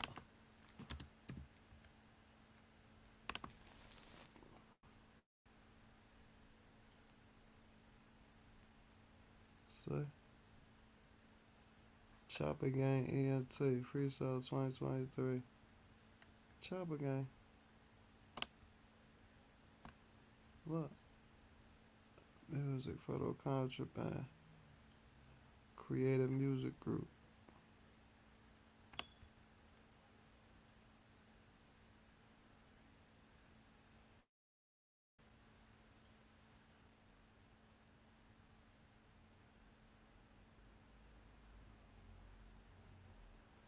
The songs ain't under it.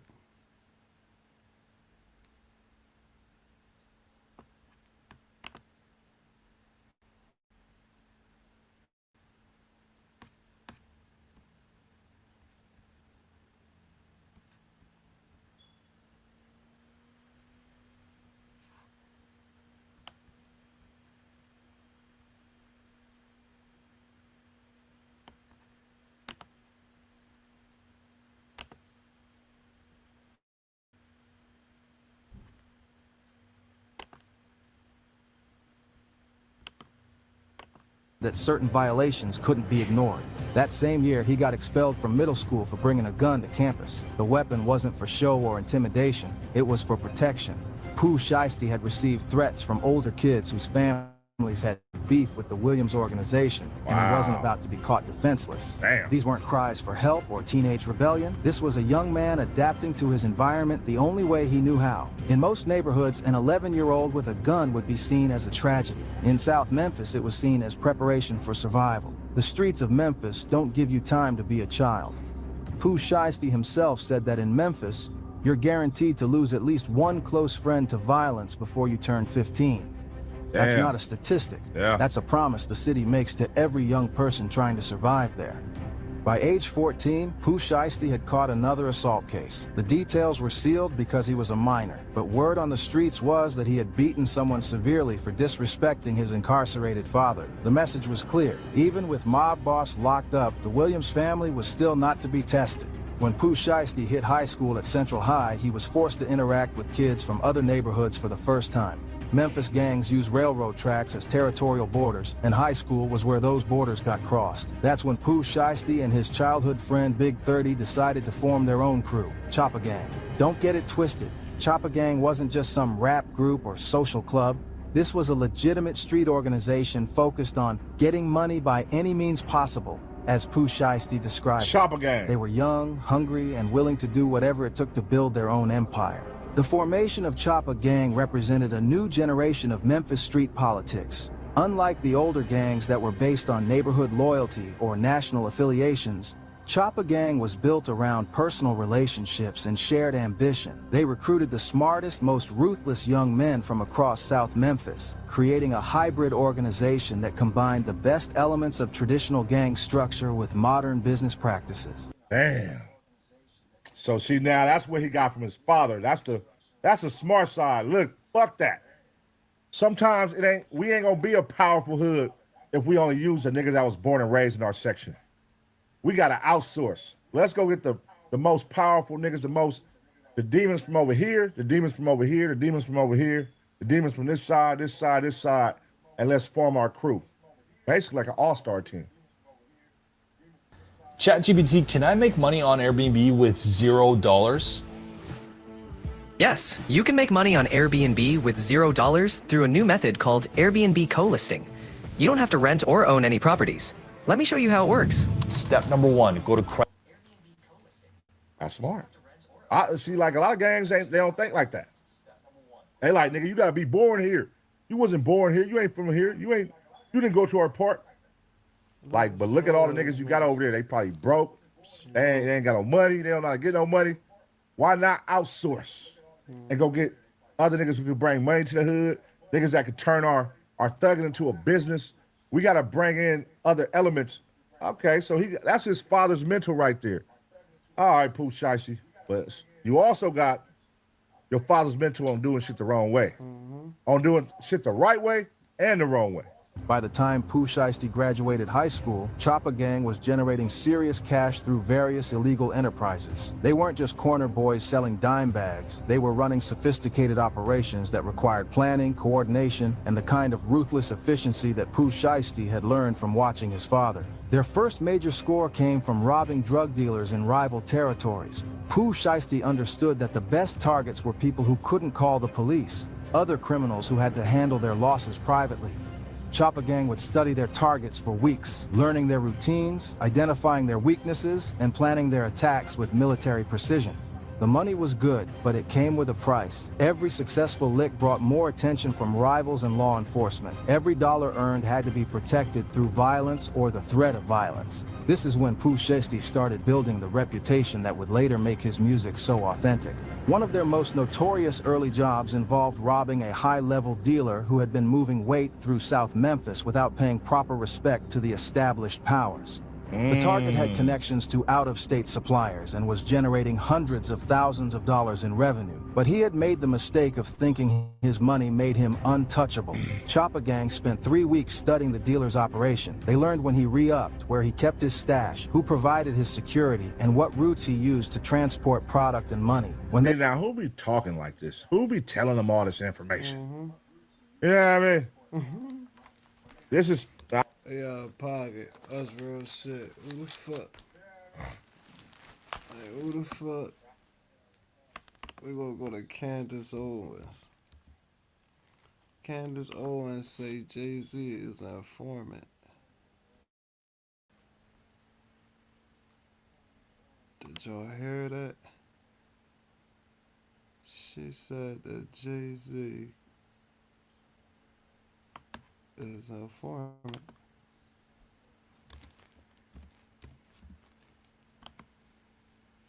She said Jay-Z is an informant, y'all.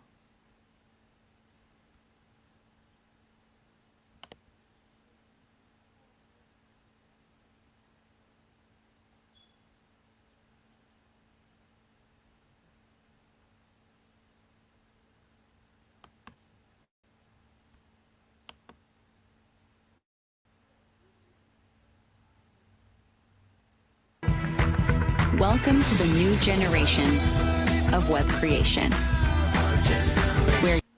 Look, Candace Owens spoke on Jay-Z, and she said some things that makes me think she must have knew something in advance.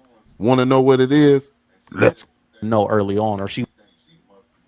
Just give me some more time to look into it. But the point is Jay-Z was mentioned here, and it was in the context of being with Harvey Weinstein, watching somebody be assaulted. I'll definitely have more for you guys. And basically a bunch of people rightfully unfollowed Jay-Z. I have not been a Jay-Z fan for a very long time. It is very obvious. He sold us out to the feds. He's clearly working for the feds. I have always believed that the individual that came forward and was honest about what was happening with Diddy and Cass and talking about how the feds do deal with rappers, they give them tons of money and then they move drugs in. That just felt like the correct thing. Like my assumption when it came to Jay-Z was obviously what he was involved in. And so, yeah, Nicki Minaj had a lot to say because she feels vindicated in many ways about speaking about how the hip hop industry works, that you have to get involved with a lot of this stuff. And if you don't, they will essentially blackball you. And you know what? Ye has spoken about how you get blackballed in the industry. He was obviously too sleepy, never got to those tweets that he was going to author because he was very tired and he did a nap. That kind of makes sense because the way they was on Meek Mills when the feds kept hitting Meek Mill private jet, and then Meek Mill best friend TV Bay got caught with 9 bricks in the back seat of the car, one of Meek Mill's cars allegedly. But he was about to let loose on a bunch of people who were doing the blackballing, and I do very much believe that Jay-Z is a part of that. So you hear what Candace is saying, and what she's saying is not so wild. The more information that comes out, I mean, we did a whole breakdown of everybody that Jay-Z was attached to in the Epstein files. I previously did this. I'm gonna replay this and give you guys a quick recap. But before I do that, I mean, just look at who's around him with that notion in mind. Like, okay, like Jay-Z, Rock Nation, are they a part of the feds? Like, are they working for the feds? Right? This article said there's a newfound interest in the Rock Nation CEO, Desiree Perez, who's called the, quote, shady lady, and her past. In a new federal lawsuit that was filed against her and Jay-Z's Rock Nation that had made waves worldwide. The lawsuit alleges racketeering, illegal wiretapping, and other serious charges. This is from the New York Daily News. They said that Perez was arrested in 1994 for possession of 35 kilos of cocaine with intent to distribute. And again, she was arrested in 1998 for grand larceny. Now, you tell me somebody else that goes to jail with 35 keys and gets out 4 years later and gets arrested again for grand larceny and apparently possession of a firearm. And then they end up becoming the CEO of this major record label with Jay-Z. Yeah, I agree. You know, it's been said for a long time that Jay-Z was snitching on people. That's what I heard back from the Dame days. They said that he snitched. They said he snitched Dame out. You know what I'm saying? They said that he snitched Jay Prince, Suge Knight, Irv Gotti, and I think it was Dame. They was trying to start a distribution company, and it's alleged that Jay-Z told the higher ups and they shut that down. And then all of a sudden, all 3 or 4 of those people got raided by the feds. If I'm correct, I could be wrong, but that's what I heard. If you know something different, leave it down in the comment section. Let's get back into it. And according to her daughter, she's the part owner, which I don't know that to be the truth. Maybe her daughter misspoke, but that's what her daughter said. Now the article says the club manager with close ties to Beyonce and Jay-Z has a lot of power inside the rap moguls Rock Nation Sports. It says when she was 26 years old in 1994, she was arrested in New York for possession with intent to distribute 35 keys of cocaine. The federal authorities charged she was a part of a drug conspiracy stretching from New York to Florida to Puerto Rico. She and a co-defendant, Amory Lopez, faced 10 years in prison. Lopez was supposedly one of at least 3 men to marry Perez since the late 1980s, but Perez cooperated in return for telling the DEA everything. So this woman is a federal informant, according to this article. And this article comes from the New York Daily News in 2014. Now, why would Jay, somebody that's like the big, oh man, the honorable drug dealer that, what he saying, no women, no children, while selling drugs to, anyways, I don't even want to get into it, man, but he been accused of some stuff. Like you shot your own brother. How could we know if we could trust Jay-Z? Like they accused Jay of selling drugs to his own mom. Anyways, but no women, no children, right?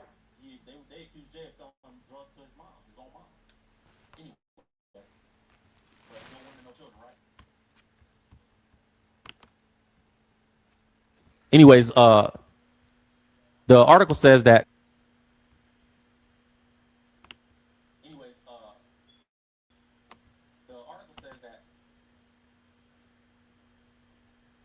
I grew up listening to Jay-Z. I would say Jay-Z and Kanye probably had the biggest influence on me. And there's a lot in Jay-Z's music that I'm so grateful for because he made it clear on how to move in a business room, I would say. Yeah. So many of his lyrics talking about, this is how I think about it when they want me to do their shows. Like, how are they benefiting off of me, my brand? He's thinking like a boss. Mm-hmm. But then he gets up on stage and him and his wife tell people to vote for Hillary Clinton. I know Jay-Z is smart enough to know that's wrong. I know he's smart enough to know that because I listened to the DNA of his music. So if you got out, why don't you tell other people how to get out? And that's when I lost respect for Jay-Z. And it is what made me gain more respect for Kanye because he is willing to say stuff that makes him unfavorable in Hollywood, where I think Jay-Z really cares about what Hollywood thinks about him. Do you know what I mean? Absolutely. Jay-Z, unbelievably talented. Can't deny it. Beyonce, unbelievably talented. We all know that Jay care about what them people think about him, right? Like, this is a consistent thing. We know that. Even y'all remember when the American Gangster album, some of you guys know, when the American Gangster album that Jay was dropping was coming out and he got all that criticism for like doing like a gangster album or calling it that or whatever the criticism was from white people. And they was treating them like, you know better than that. And Jay had to come out and like make a statement like, oh no, I was inspired by the movie that Denzel did. And it wasn't just like, bro, why can't you just want to make a gangster album? And it's because like the reason he came out and had to make a statement or probably felt like he had to make a statement seemingly is because he cares about what those people think about him. Now, that's when Candace Owens lost respect for Jay. But for me personally, when I saw this moment from Jay-Z, after Colin Kaepernick did all the protesting and bringing the awareness to police brutality with taking a knee, and Jay and them was allegedly saying, like, hey, everybody boycott the Super Bowl. Don't perform at the Super Bowl. We boycotting the NFL. And then Jay gets a $25 million deal with the NFL to do the Super Bowl halftime show. And you see Desiree Perez right there behind him smiling. We're going to talk about her in a second as well. But then Jay said this after getting that opportunity off the back of the movement that was started by Colin Kaepernick. Check it out.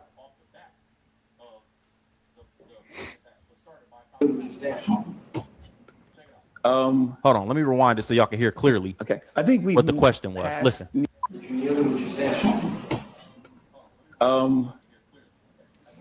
Okay, I think we passed kneeling. Yeah, I think it's time to go into actionable items. I think everyone. You heard what first of all, look at the body language of the people behind him, and then look at how flustered he got. He was simply asked, would you kneel or would you stand? Because you Mr. Super Black Man. So what would you do in this situation? And look how he responded. Okay, I think we passed kneeling. Yeah, I think it's time to go into actionable items. Notice how Desiree Perez's face changed because she knew that was the wrong answer. She went from smiling like he got it to that was the wrong answer. She immediately frowned and started thinking. You can see her eyes start scanning. And she started thinking, oh, that was the wrong answer. That's going to blow up. Because she knows marketing. I think everyone knows what the issue is. And we're done with that. Look at her face. Everyone knows what you know what the issue is? You know why we were kneeling? Okay, do you know the issue? Yeah, do you know the issue? Yes, we all know the issue now. Okay, next, where we moving on next? And I'm not, again, so to be clear for the room, I'm not minimizing that part of it because that has to happen. That's a necessary part of the process. But now we all know what's going on. What are we going to do? How are we going to stop? Because the kneeling was not about a job. It was about injustice. Let me bring attention to injustice. Everyone's saying, how are you going forward? And Cap doesn't have a job. This wasn't about him having a job. It becomes about him having a job, though. It wasn't about him having a job, but it becomes about him not having a job when he don't have a job because he stood up for black people being killed by the police and police brutality. What really happened is Jay housed that whole movement and made it about him. Tell me this. What has happened? What has Jay really done for police brutality? Even Colin Kaepernick and Colin Kaepernick's girlfriend has come forward and said that, yeah, Jay had like a hand in Cap not having a job since this. Because Cap didn't bow down to Jay. See, Jay is the guy that Dame Dash said this once, and I think it's very accurate. Like, Jay is the guy, the house nigga, that he gives hope to the slaves in the field. Like, you see, I'm in the house. Master let me in the house. Maybe one day y'all could be in the house. And that's why you have people that will never be in the vicinity or on the radar of Jay-Z that love him to the point that they'll defend him no matter what he does. Because he gives them hope. One day you think you could be Jay-Z. One day you think Jay-Z gonna come out of his penthouse and come down and sign you. And he won't.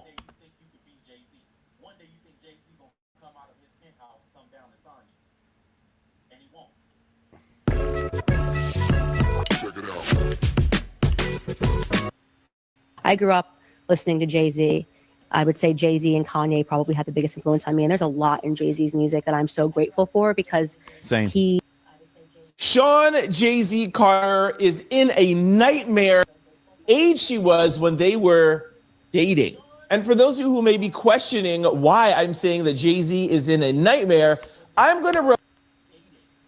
I advise Beyonce to divorce Jay-Z as soon as possible because I'm ready to shoot a documentary about Jay-Z, and I guarantee it will outgross Diddy's documentary. If Beyonce sends me a legal letter on behalf of Jay-Z, I remind her to stay quiet. This is a dispute between men, and she has no right to interfere. I have to let everyone see the true face of Jay-Z. Jay-Z and Diddy have been longtime friends, and their business dealings never stopped. He frequently attends Diddy's parties, so why do people think he's innocent? Jay-Z and Diddy got involved in the same case in 2024, where a victim claimed she was assaulted by both Jay-Z and Diddy. I remember Jay-Z saying these were all rumors and that he was defending Diddy. But ironically, Diddy got arrested in 2025. And there's enough evidence to count his crimes on one hand. I've known him for 20 years, and I know how many bad things they've done behind the scenes. After Jay-Z founded his company, he repeatedly got into copyright disputes. In 1999, he was convicted of third-degree assault and served time in prison. He was unfaithful to Beyonce, and he was caught by Beyonce's sister. I think everyone has seen the footage of him getting beaten up in the elevator. I've already gathered the evidence, and I'm going to give Jay-Z a surprise. Jay goes, let's get it straight. Nobody's afraid of 50 Cent. I want everyone to be clear. No one's scared of 50 Cent. At that point, his safe presentation, even the glasses, what the glasses represent? Intelligence, right? A nerd, maybe? What are some of the things that come along with you being a nerd? Like, don't hit a guy before. He's not identifying with the transition and difference in the perception of Jay-Z. Now he's really safe, and people feel comfortable with him because they know he's not going to do anything inappropriate or try not to. But meanwhile, when he's saying he's not afraid of 50 Cent, why would you have to make that clear when no one's ever asked me if I'm afraid of Jay-Z? In fact, his largest selling record sold 430-something thousand copies. My largest selling records, plural, two of them sold 5 million. You know, so it's a huge difference in who we are with each other internationally. Let them be fooled in America. For years, the tension between 50 Cent and Jay-Z stayed in the background. It was always there, but it wasn't treated as the main story. Now, 50 Cent is bringing it forward, not as a personal issue, but as part of something larger. Because once Jay-Z and Diddy begin to appear in the same conversation, the framing starts to change. Personally, right, how do you think people view Puffy right now with everything coming out? Well, my perception of the public opinion is that right now I believe not only that I wouldn't say people hate him, people just think that he's probably one of the nastiest MFs that ever was in the industry. Ever. Ever, bruh. Some of the stuff that these guys are hearing that he's doing, I know they turn in their head that they was hugged up, kissing them all on the cheek. They kissing each other on the cheek and everything like that. I know these guys who used to probably party with him, you know what I'm saying? They feel disgusted. Because now, if you did an after party with Diddy, they know it's a possibility that you could have had another man energy on you. And I ain't talking about no energy drink. You could have had another man energy all on you. So now they looking funny, man. And then now with the fact that, you know, what he did to women and how he did women, yo, which is disgusting. I don't know any pimp that I know back in the past that did some of the stuff that he did. Dude was violent, bro. And I don't know if it was because that he hate women.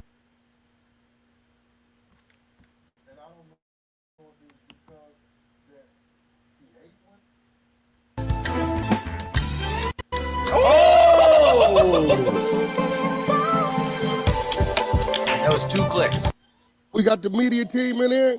We're the media team. We got content. TV's in the go. We got TV in the go. You looking for that fire Clubhouse content? Well, you need to subscribe to the home. Hey, yo, Clubhouse TV. Let's get to the content. That's a good one. In the block. The big homies are smart as shit. They let the nigga ride with that shit. They didn't say it. Because this is what is going to seal his coffin. You just let them say that you the leader of the Crips, and you didn't tell them no different, because any idiot will know that he's not. He couldn't have started the Crips, first of all, because of his age. Second of all, how the fuck he be the leader of anything, again, because of his age? I took up for the nigga, so how the fuck be the leader of anything? But again, let him go ahead and take that title, because again, that's gonna sell his car. Who said they was the leader of the Crips? That I was don't think she mean the Crips, the 60s, when Big U was talking Yeah. about the leader. No, he meant that, and guess what? They can't take that from him, because at that time, he definitely was on the streets at the time. He was being allowed to portray that. Yeah, that's what I'm saying, Wack. They just let him do it. Yeah, he was being allowed to portray that. You know, like I said before, Wack and Big U, Wack and Keita Rock and Wack and S-Mac and other people that I knew and ran with prior to even, I didn't meet him till 20. So, when you look at his circle of what was around him, he kept a bunch of flunkies around him. It wasn't the foundation around him. They was actually saying shit behind the scenes, because I used to get the calls every morning. Yeah, I heard this nigga right here got something to say about my movement, what I'm doing, but he ain't said nothing to me. You know what I'm saying? So, you know, when you look up, you don't never really see the older facet, right? You got to remember, Big U ain't from California, you from Chicago. So you could establish that right now. In that neighborhood over there, nigga, ain't no first generation nigga finna let no nigga that come from somewhere else come over there talking about they lead or run nothing. No, it ain't gonna happen. Shit. That missions he was on, Eddie Boy was sending him on the missions. You know what I'm saying? They was all up under them niggas. So, I think Big U might have came over there. I don't know what you think. Third generation? He lived in the Hoovers before he lived in the 60s. Yeah, he might have Got in came trouble. over there. His daddy sent him to his aunties on Arlington and Slauson, and that was history. Yeah, he might have came over there like around third generation. Yeah, he was 12. He was 12 years old. This is about third generation over there. So, you still got a lot of the niggas, wrong niggas still around. And, niggas still around, so they wouldn't have been going for that shit. But when he was the industry phase, because again, the other niggas that was really in position, they was behind the scenes niggas. You know what I'm saying? They didn't want to be out there on Front Street like that. A lot of motherfuckers, it's like two other cats who opened up a lot of doors along with myself, so that they could have been. S-Mac had been around forever. Nigga mingling with the best of them, doing business with the biggest of them, but he played behind the scenes. He don't really do all that type of shit. That ain't him. So the Floyd Mayweathers and all that shit. You know what I mean? A lot of times you'll see him around certain people. It's because niggas open them doors up for him. But he really, that when it came to the industry, he was definitely pushing that. He was pushing that. I told y'all the story when he like, yo, bro, let's go to Atlanta real quick. I want to show you something. I'll never forget this. It's probably like 2011, 12 or some shit like that. We fly to Atlanta. He take me to these buildings. They right across the street from the federal penitentiary. I'm literally watching niggas throw shit over the gate. The building was called the Four Seasons, like some shotgun. Like he says, I'm finna take over this 60s. He said they got a neighborhood on the other side. They Bloods. You go over that, and then we gonna run the city. I called me a black car, got in the car, looked out the window and told him, "You tripping," and went straight back to the Atlanta airport. And waited there to the next flight and came straight back to Cali. I looked up, a year next, it was a hood day, and the hood day got bigger and bigger, and I told him, all that's gonna bite you in the ass. And it was a little different for me because I'm like, you older than me, you just did a bunch of time, we both did time, and we sitting in these penitentiaries, we trying to get out and conduct ourselves with some business and get some real legal money. It's like, because we already went through all the bullshit, all the dumb shit we did. It's kind of like, maybe he didn't experience it, or maybe he didn't have enough of it. He was chasing what niggas was putting behind him. He was chasing that shit. He wanted the notoriety of that shit. Yeah, he was very comfortable and relaxed in that position, and he let it go to his head, and he fumbled that ball. Yeah, Keita, I tell you, when Wack pulled up. Imagine being able to build anything just by thinking about it. Meet Base 44, a complete AI creation platform. It was business. It was business. Hey, T.I. even got the hood in his songs. He started out with the checker flag. That was our play. Man, listen, man, that was the fake problem going on. Pull up at the Denny's in Westwood, save the day. That's how we got there. That's when we was building the table. We was setting the table till we had certain niggas in L.A., Crips and Bloods, that was gonna control all the artists. So that way the artists stopped getting robbed. So nigga, Big got T.I. and I got three artists. And you got these artists, and Blue and them got these artists. So when shit came up with them, we deal with it amongst the table instead of nigga getting to it with me and he wanted Pips to run around L.A. with him, and then we see the nigga get at the nigga, end up getting into it with the Crips, even to Atlanta. We still here at war. So that's how we killed that. We had a table, everybody at the table, certain artists, when they came up, don't approach the artist, holler at the homie, he gonna deal with it, we figured out. That's when all the peace, that's when niggas stopped getting robbed in the studio, that's when videos was happening, wasn't getting shot up. We started fucking concerts where I was mixing Crips and Bloods on the same venues. This was one Crush group, all that shit I created. Me and my nigga AD, that shit was at the table. So if you got a problem with Game, you got a problem with Ray J, you holler at Wack. You need a case Slay at Wack, right? It was an issue with Snoop was like a split thing. It could be either Big U, it could be Whack. T.I.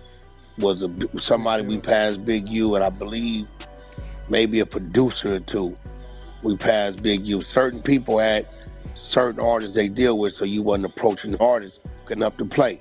It was Rick Ross, you get a duck, you know what I'm saying, from Compton. So everybody was tied to somebody. And it was better for everybody, even the artists, because, you know, they was in the Beverly Center and wasn't nobody tripping on them. It was great, but I guess he wanted to, you know, he wanted the CEO side of it, and he had this thing that if you wasn't from 60s, he wasn't going to sign you. And I used to tell him, you missing out on a lot of opportunities. A lot of these niggas want with you, but you telling them you only signing niggas from 6-0 in the group you got. Ain't it? It wasn't it. Once Nipsey went bad on him, you know, he had like OSB or some shit, and that's when me and him felt, because he felt like I wasn't helping him enough with the group. I said, the group, you can't help the group. Ain't nothing you can do for them people. Same thing to me. I said, these niggas is trash. I ain't gonna lie. I said, they trash, my nigga. You can't help the group. There's other people over there. Like, it was some down south nigga. I forget it. Keita, you might know the nigga. The nigga I had him signed from New Orleans. Yeah, but he wouldn't sign him at first because you had to get turned out, start claiming 60s or be from 60s. He didn't want to sign nothing that wasn't from it was weird. Like, I don't know what kind of shit because he didn't like that nigga came with his own team and ran his own program. He was already but that's why I told him and Nipsey wasn't going to work out, because Nipsey had his own team, and he thought he was going to change that. I told him. I didn't tell him not to sign Nipsey because I had some against Nipsey. I know his character and personality, and I knew Nipsey's. So you did have something against Nip. As soon as he passed away, you came out and said he was allegedly a fruit pup. So why's you lying? They're gonna be able to control that, and it's gonna be a problem. I'm telling you that right now. He's like, come on, little bro, this is who I want to be. You supposed to be there for me. Just let me make the decision, and then you do it. You know what I'm saying? What you know how to do, so the situation can work for me. All right?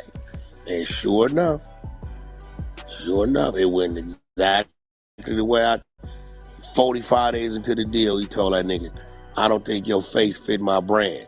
It's best we part ways. And that's when all the shit started happening. The diss song, the fights, the shit that happened with Black Sam in the parking lot. It wasn't that Nipsey had a problem with me. I was guilty through association with Big U. You ain't never... How you was the guilty association to Big U if he was signed to Big U, so you're not making sense. You're not making sense, Wack 100. You can't find nothing where that nigga said anything directly about Wack. He just knew I was Big U, so anybody he was with Big U like that, he wasn't trusting. It's just what it was. So, you know, that's when I was watching him running around when they came back together, little bro shit. I'm scratching my head at Nipsey like, damn, nigga, what the f you doing? And I'm looking at Big U like, all right, well, what you up to? Because I know you really don't like the nigga. I know this, you can't stand this nigga. You know what I'm saying? So I'm watching it. That's why when he died, when people start seeing all the little shit, him laughing about shit and all the shit, it wasn't no surprise to me because I know what the real was. That march wasn't designed for Nipsey. It backfired on Big U. Big U say, Wack, I'm going to use this situation. Then I'm going to call a peace march. Have everybody from every hood come over here, and I'm going to put the light on me now that people talking about what happened with this nigga. Think about it. He called Crips, Bloods, Gangsters, Hoovers over there to Crenshaw, Slauson, the walk. A peace walk has nothing to do with the death of Nipsey Hussle because his shit is internal. Didn't nobody from another hood kill him. No Crip, no Hoover, no Blood, no Gangster. Kill him. That's internal. So when he called it to put the light on him because everybody was talking about what happened to Nipsey. So he thought he was going to take the peace walk and cross-promote his brand and what he was trying to do, and Nipsey got all the credit. It was like a face. He got madder. Whack that. I need you to go after the estate with these contracts I got on this nigga. Hey, bro, you should have did that when you... Why you didn't? Nigga, y'all made up. I thought y'all cleared that up. Make it look like you brought me out the contracts prior to his death. I'm going to send you all the paperwork. Use your legal team to go after the estate. Man, I'm not doing that. What you mean I'm not doing that? Hey, bro, had that nigga release some sex tapes. I got the baby mama. She going to let me manage her. I'm going to do a sit down with her, and we going to show Lord London that bitch, you ain't never had him. He was doing this the whole time. Blase, blase, blah. I'm going to make her big. The other baby mama, China, that's on the tapes with him. Not doing that, bro. This me. That's cool. I'm not doing that. When the nigga called to try to use Game Studio and I denied him, that's when he got on the call with Marley Marl, right? And said what he said to Marley Marl. Marley Marl called and told me. He called and told me. When he called and told me, I called Big U. Hey, bro, you got an issue with me denying you using our shit? What? I said, what you mean, what? Nigga, Marley just hit me, nigga, like you ain't said nothing to me with none of this shit, nigga, but you calling him. Hold on. That's when you see the call in the federal RICO indictment, him saying, I want to break Witness 2's jaw for calling Whack 100 and telling him that shit. Right there. Next thing you know, he get on the phone with Suge, who been violating for years. But guess what? A friend of an enemy is a friend of these niggas. So now, he like, yeah, Suge, this nigga whack this, whack that, whack this, whack that. Suge already over there secretly hating, because he mad because niggas is in position. He like, all right, I'm going to set the meeting up without a Grumblack, get you out there, we're going to see what we can do. He get out there, Suge telling the motherfucker, when Whack contracts come to an end, don't re-up with him, re-up with Big U. What's up, y'all? I'm Percy Miller, Master P, and I want to tell y'all, social media, physical products, digital products, it's the way of the future. I don't know. Allen a week later tells me. I give the nigga Big U a week, nigga, he gonna call and tell me. I went on a meeting to meet this nigga about some business, and Suge said this crazy shit. I wasn't expecting him to say it. Me and Wacko from Westside Paru called the nigga Big U. Hey, homie, you boom, boom, such. Yeah, man, I mean, I got this group, Whack don't want to let me use the studios and shit. And this group, don't nobody want to help me. And from that point on, it was Big U. Period. I never said nothing. They finna kill his son in the studio. And this at the heart of, we got an issue. 2 Minnesota niggas got blazed out in this jig Huey ass up because they didn't let him in his house. And Huey done stole everything and ran out the back door. I stopped that. However, I had to stop it and drive the nigga home. Prior to that, I stopped Huey from blowing his that Marley Marl spot over there, the White House over there in the valley. Snot coming out his nose, nigga got an AR-15 in his hand. This nigga, he a piece of shit. I jump out, Marley called me like, bro, you close, get over here. He like, Big, you on who? He don't know what's going on. Who you finna kill? My daddy, me a piece of shit, nigga. What about your mama? And Kurt too, she with him. This bitch ass nigga, you don't know what this nigga had done to me. And at the time I had no idea what he was telling me. I'm talking to him, walking up on him, nephew, lower that stick. Nah, you gonna try to stop me. I know I'm gonna try to stop you. Lower that stick. Let me talk to you. I get up on him, I grab it, nose it down, ease it out his hand, hand it to Marley. Marley take it in the house. The nigga fall in my arms like a 2-year-old child. You just don't know. You just don't know. And I had no idea until the baby mama told me what his daddy Whack is just sitting here lying. allowed to happen to him in Atlanta. I had zero idea. And at this time, they were saying Huey was losing it, like he losing it, bro, like he bipolar. I mean, ain't nothing wrong with They that was boy. trying to put him in that mental hospital, remember? Yeah, all this shit. They was trying to put him all this shit. They put him out. I had to go get the nigga. He was hungry. And it was over there in the Devon Lanes. I get a call from the lane. They're like, yo, they say it's a 6-0 over there, but the bitch talking about, he's saying you his uncle. I'm like, what? What you mean? Yeah, nigga, hey, whack, the homie's gonna get him, but we don't know. You got a nephew, 6-0? Some nigga over there hiding out. I'm like, it gotta be. I called him. Where you at? I'm in the lanes. Stay your ass right there. I'm to the car to get you. They know you over there. You doing over there? My dad put me out. I ain't got nowhere to go. I'm hungry. Moved through with my cash, having 500. Send a car to get him. This is what me and Big U getting into it. And he kept telling me, I'm like, bro, what's going on? They telling me you blacking out, you flipping out. You just don't know what he let happen to me. And he tell me this shit. And I didn't know what he was talking about. And when I asked him, what do you mean what you let happen to him? Man, that nigga just talking. I keep telling you, he crazy. I remember one day he called and told me, yeah, my sister got caught doing some shit. I bet they won't put her ass out. And I never knew what they was talking about. But all that shit was tied to the situation today. And then later on, the baby mama told me, probably about a year before Huey get killed, his baby mama told me in 600 what Big U let line his son up that could get done to him. And we got the content. I just never played it. That nigga right there is he's a monster. He's a real monster. It's all about him. It don't matter if it come down to family members or what. He's a monster. I can honestly say, dude is a monster. We just never played it. Tita, if you heard this shit, your mama heard it.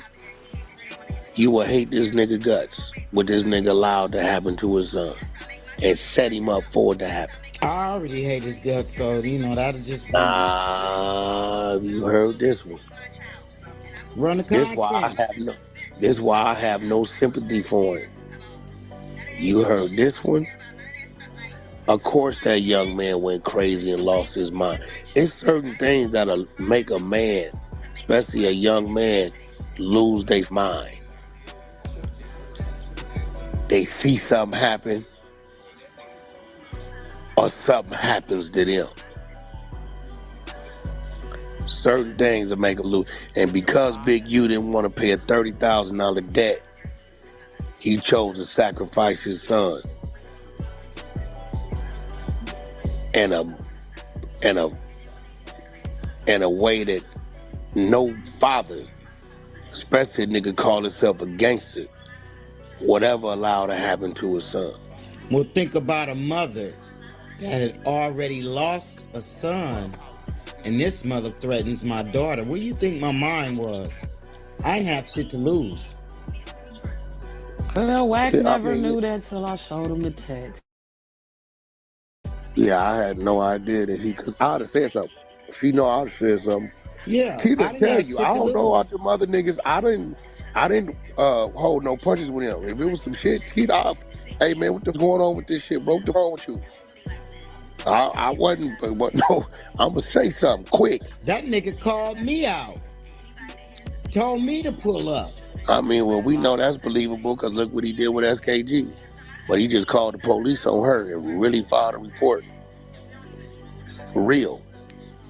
So we watched that happen in real time, right here on Clubhouse.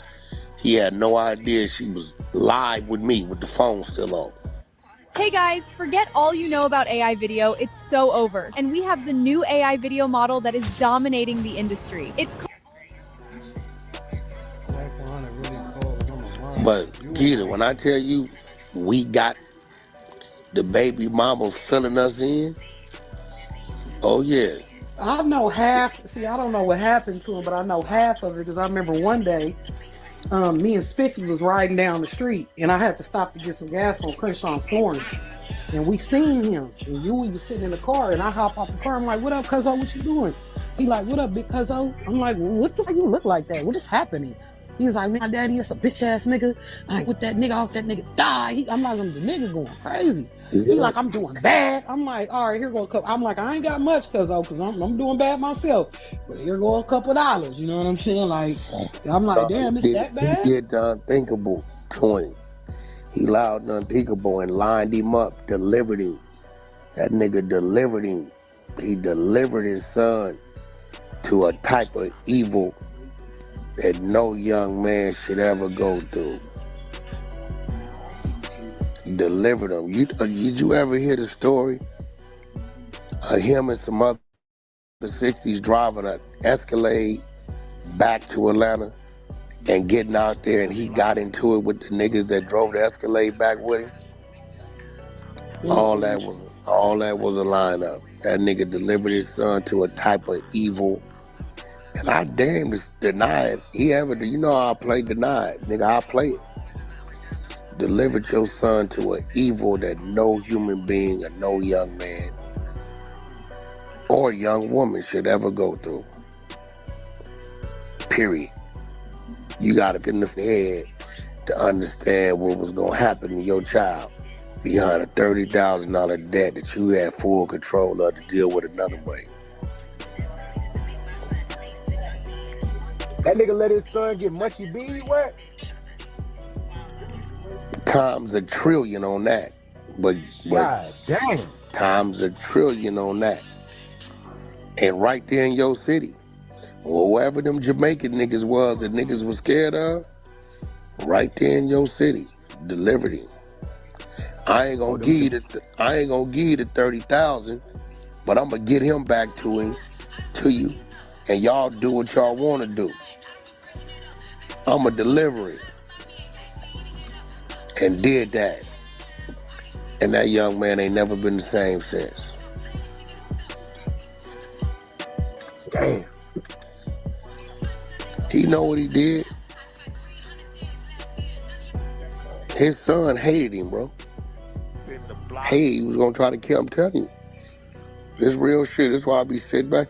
None of them like Mike. Really don't like him. Why he be playing the role? He beat Mike so bad he took to the penitentiary when he got out. We had to go bail the nigga out. He know. Y'all probably go find it. Go look 2004. Look at however they be charging a parent with beating the kids. You'll find it, Eugene Henley. You'll find it. In the block. And then looked like he was lying on me, telling Mike, Wack told me you stole something from Chris Brown. Nigga, I ain't never told you no dumbass shit like that. I'm listening to Michael's this little shit interviews. Like, yeah, Wack was up until he told my dad that I did this to Chris Brown. I don't know why he told him that. I ain't never in life heard nothing about Michael doing nothing to damn Chris Brown. But he knew how close I was to them boys, because I used to be the one looked out for him. When he leave him on the corner, I double back. Come on, hurry up. Shut up, I'm gonna take you over here, be quiet. They knew, cases they got into it. They wasn't no damn fool. They knew who was the nigga helping them getting out of shit and helping them maintain the roof over their head, and they knew. That's why I sleep good at night. I did every type of way. That nigga there, that nigga's a demon. Or the times he'd get mad because you had to give me money because I done work weeks and weeks and ain't got a dollar. Yeah, and I wouldn't know it. I come over there, I'm looking at the expression on your face. I wait to go to the back parking lot or something. Fuck wrong with you? You was supposed to pay and he didn't pay me. Who didn't pay? He didn't pay you? Why he say he didn't pay you? He ain't saying nothing. He just act like I go in my pocket. Here, don't tell him nothing. I used to hate that shit because he'd give her money like, okay, she has to move or something. He'd give her money to move, but you that's all you gave her in the last 2 years. No, that's not how he would do it.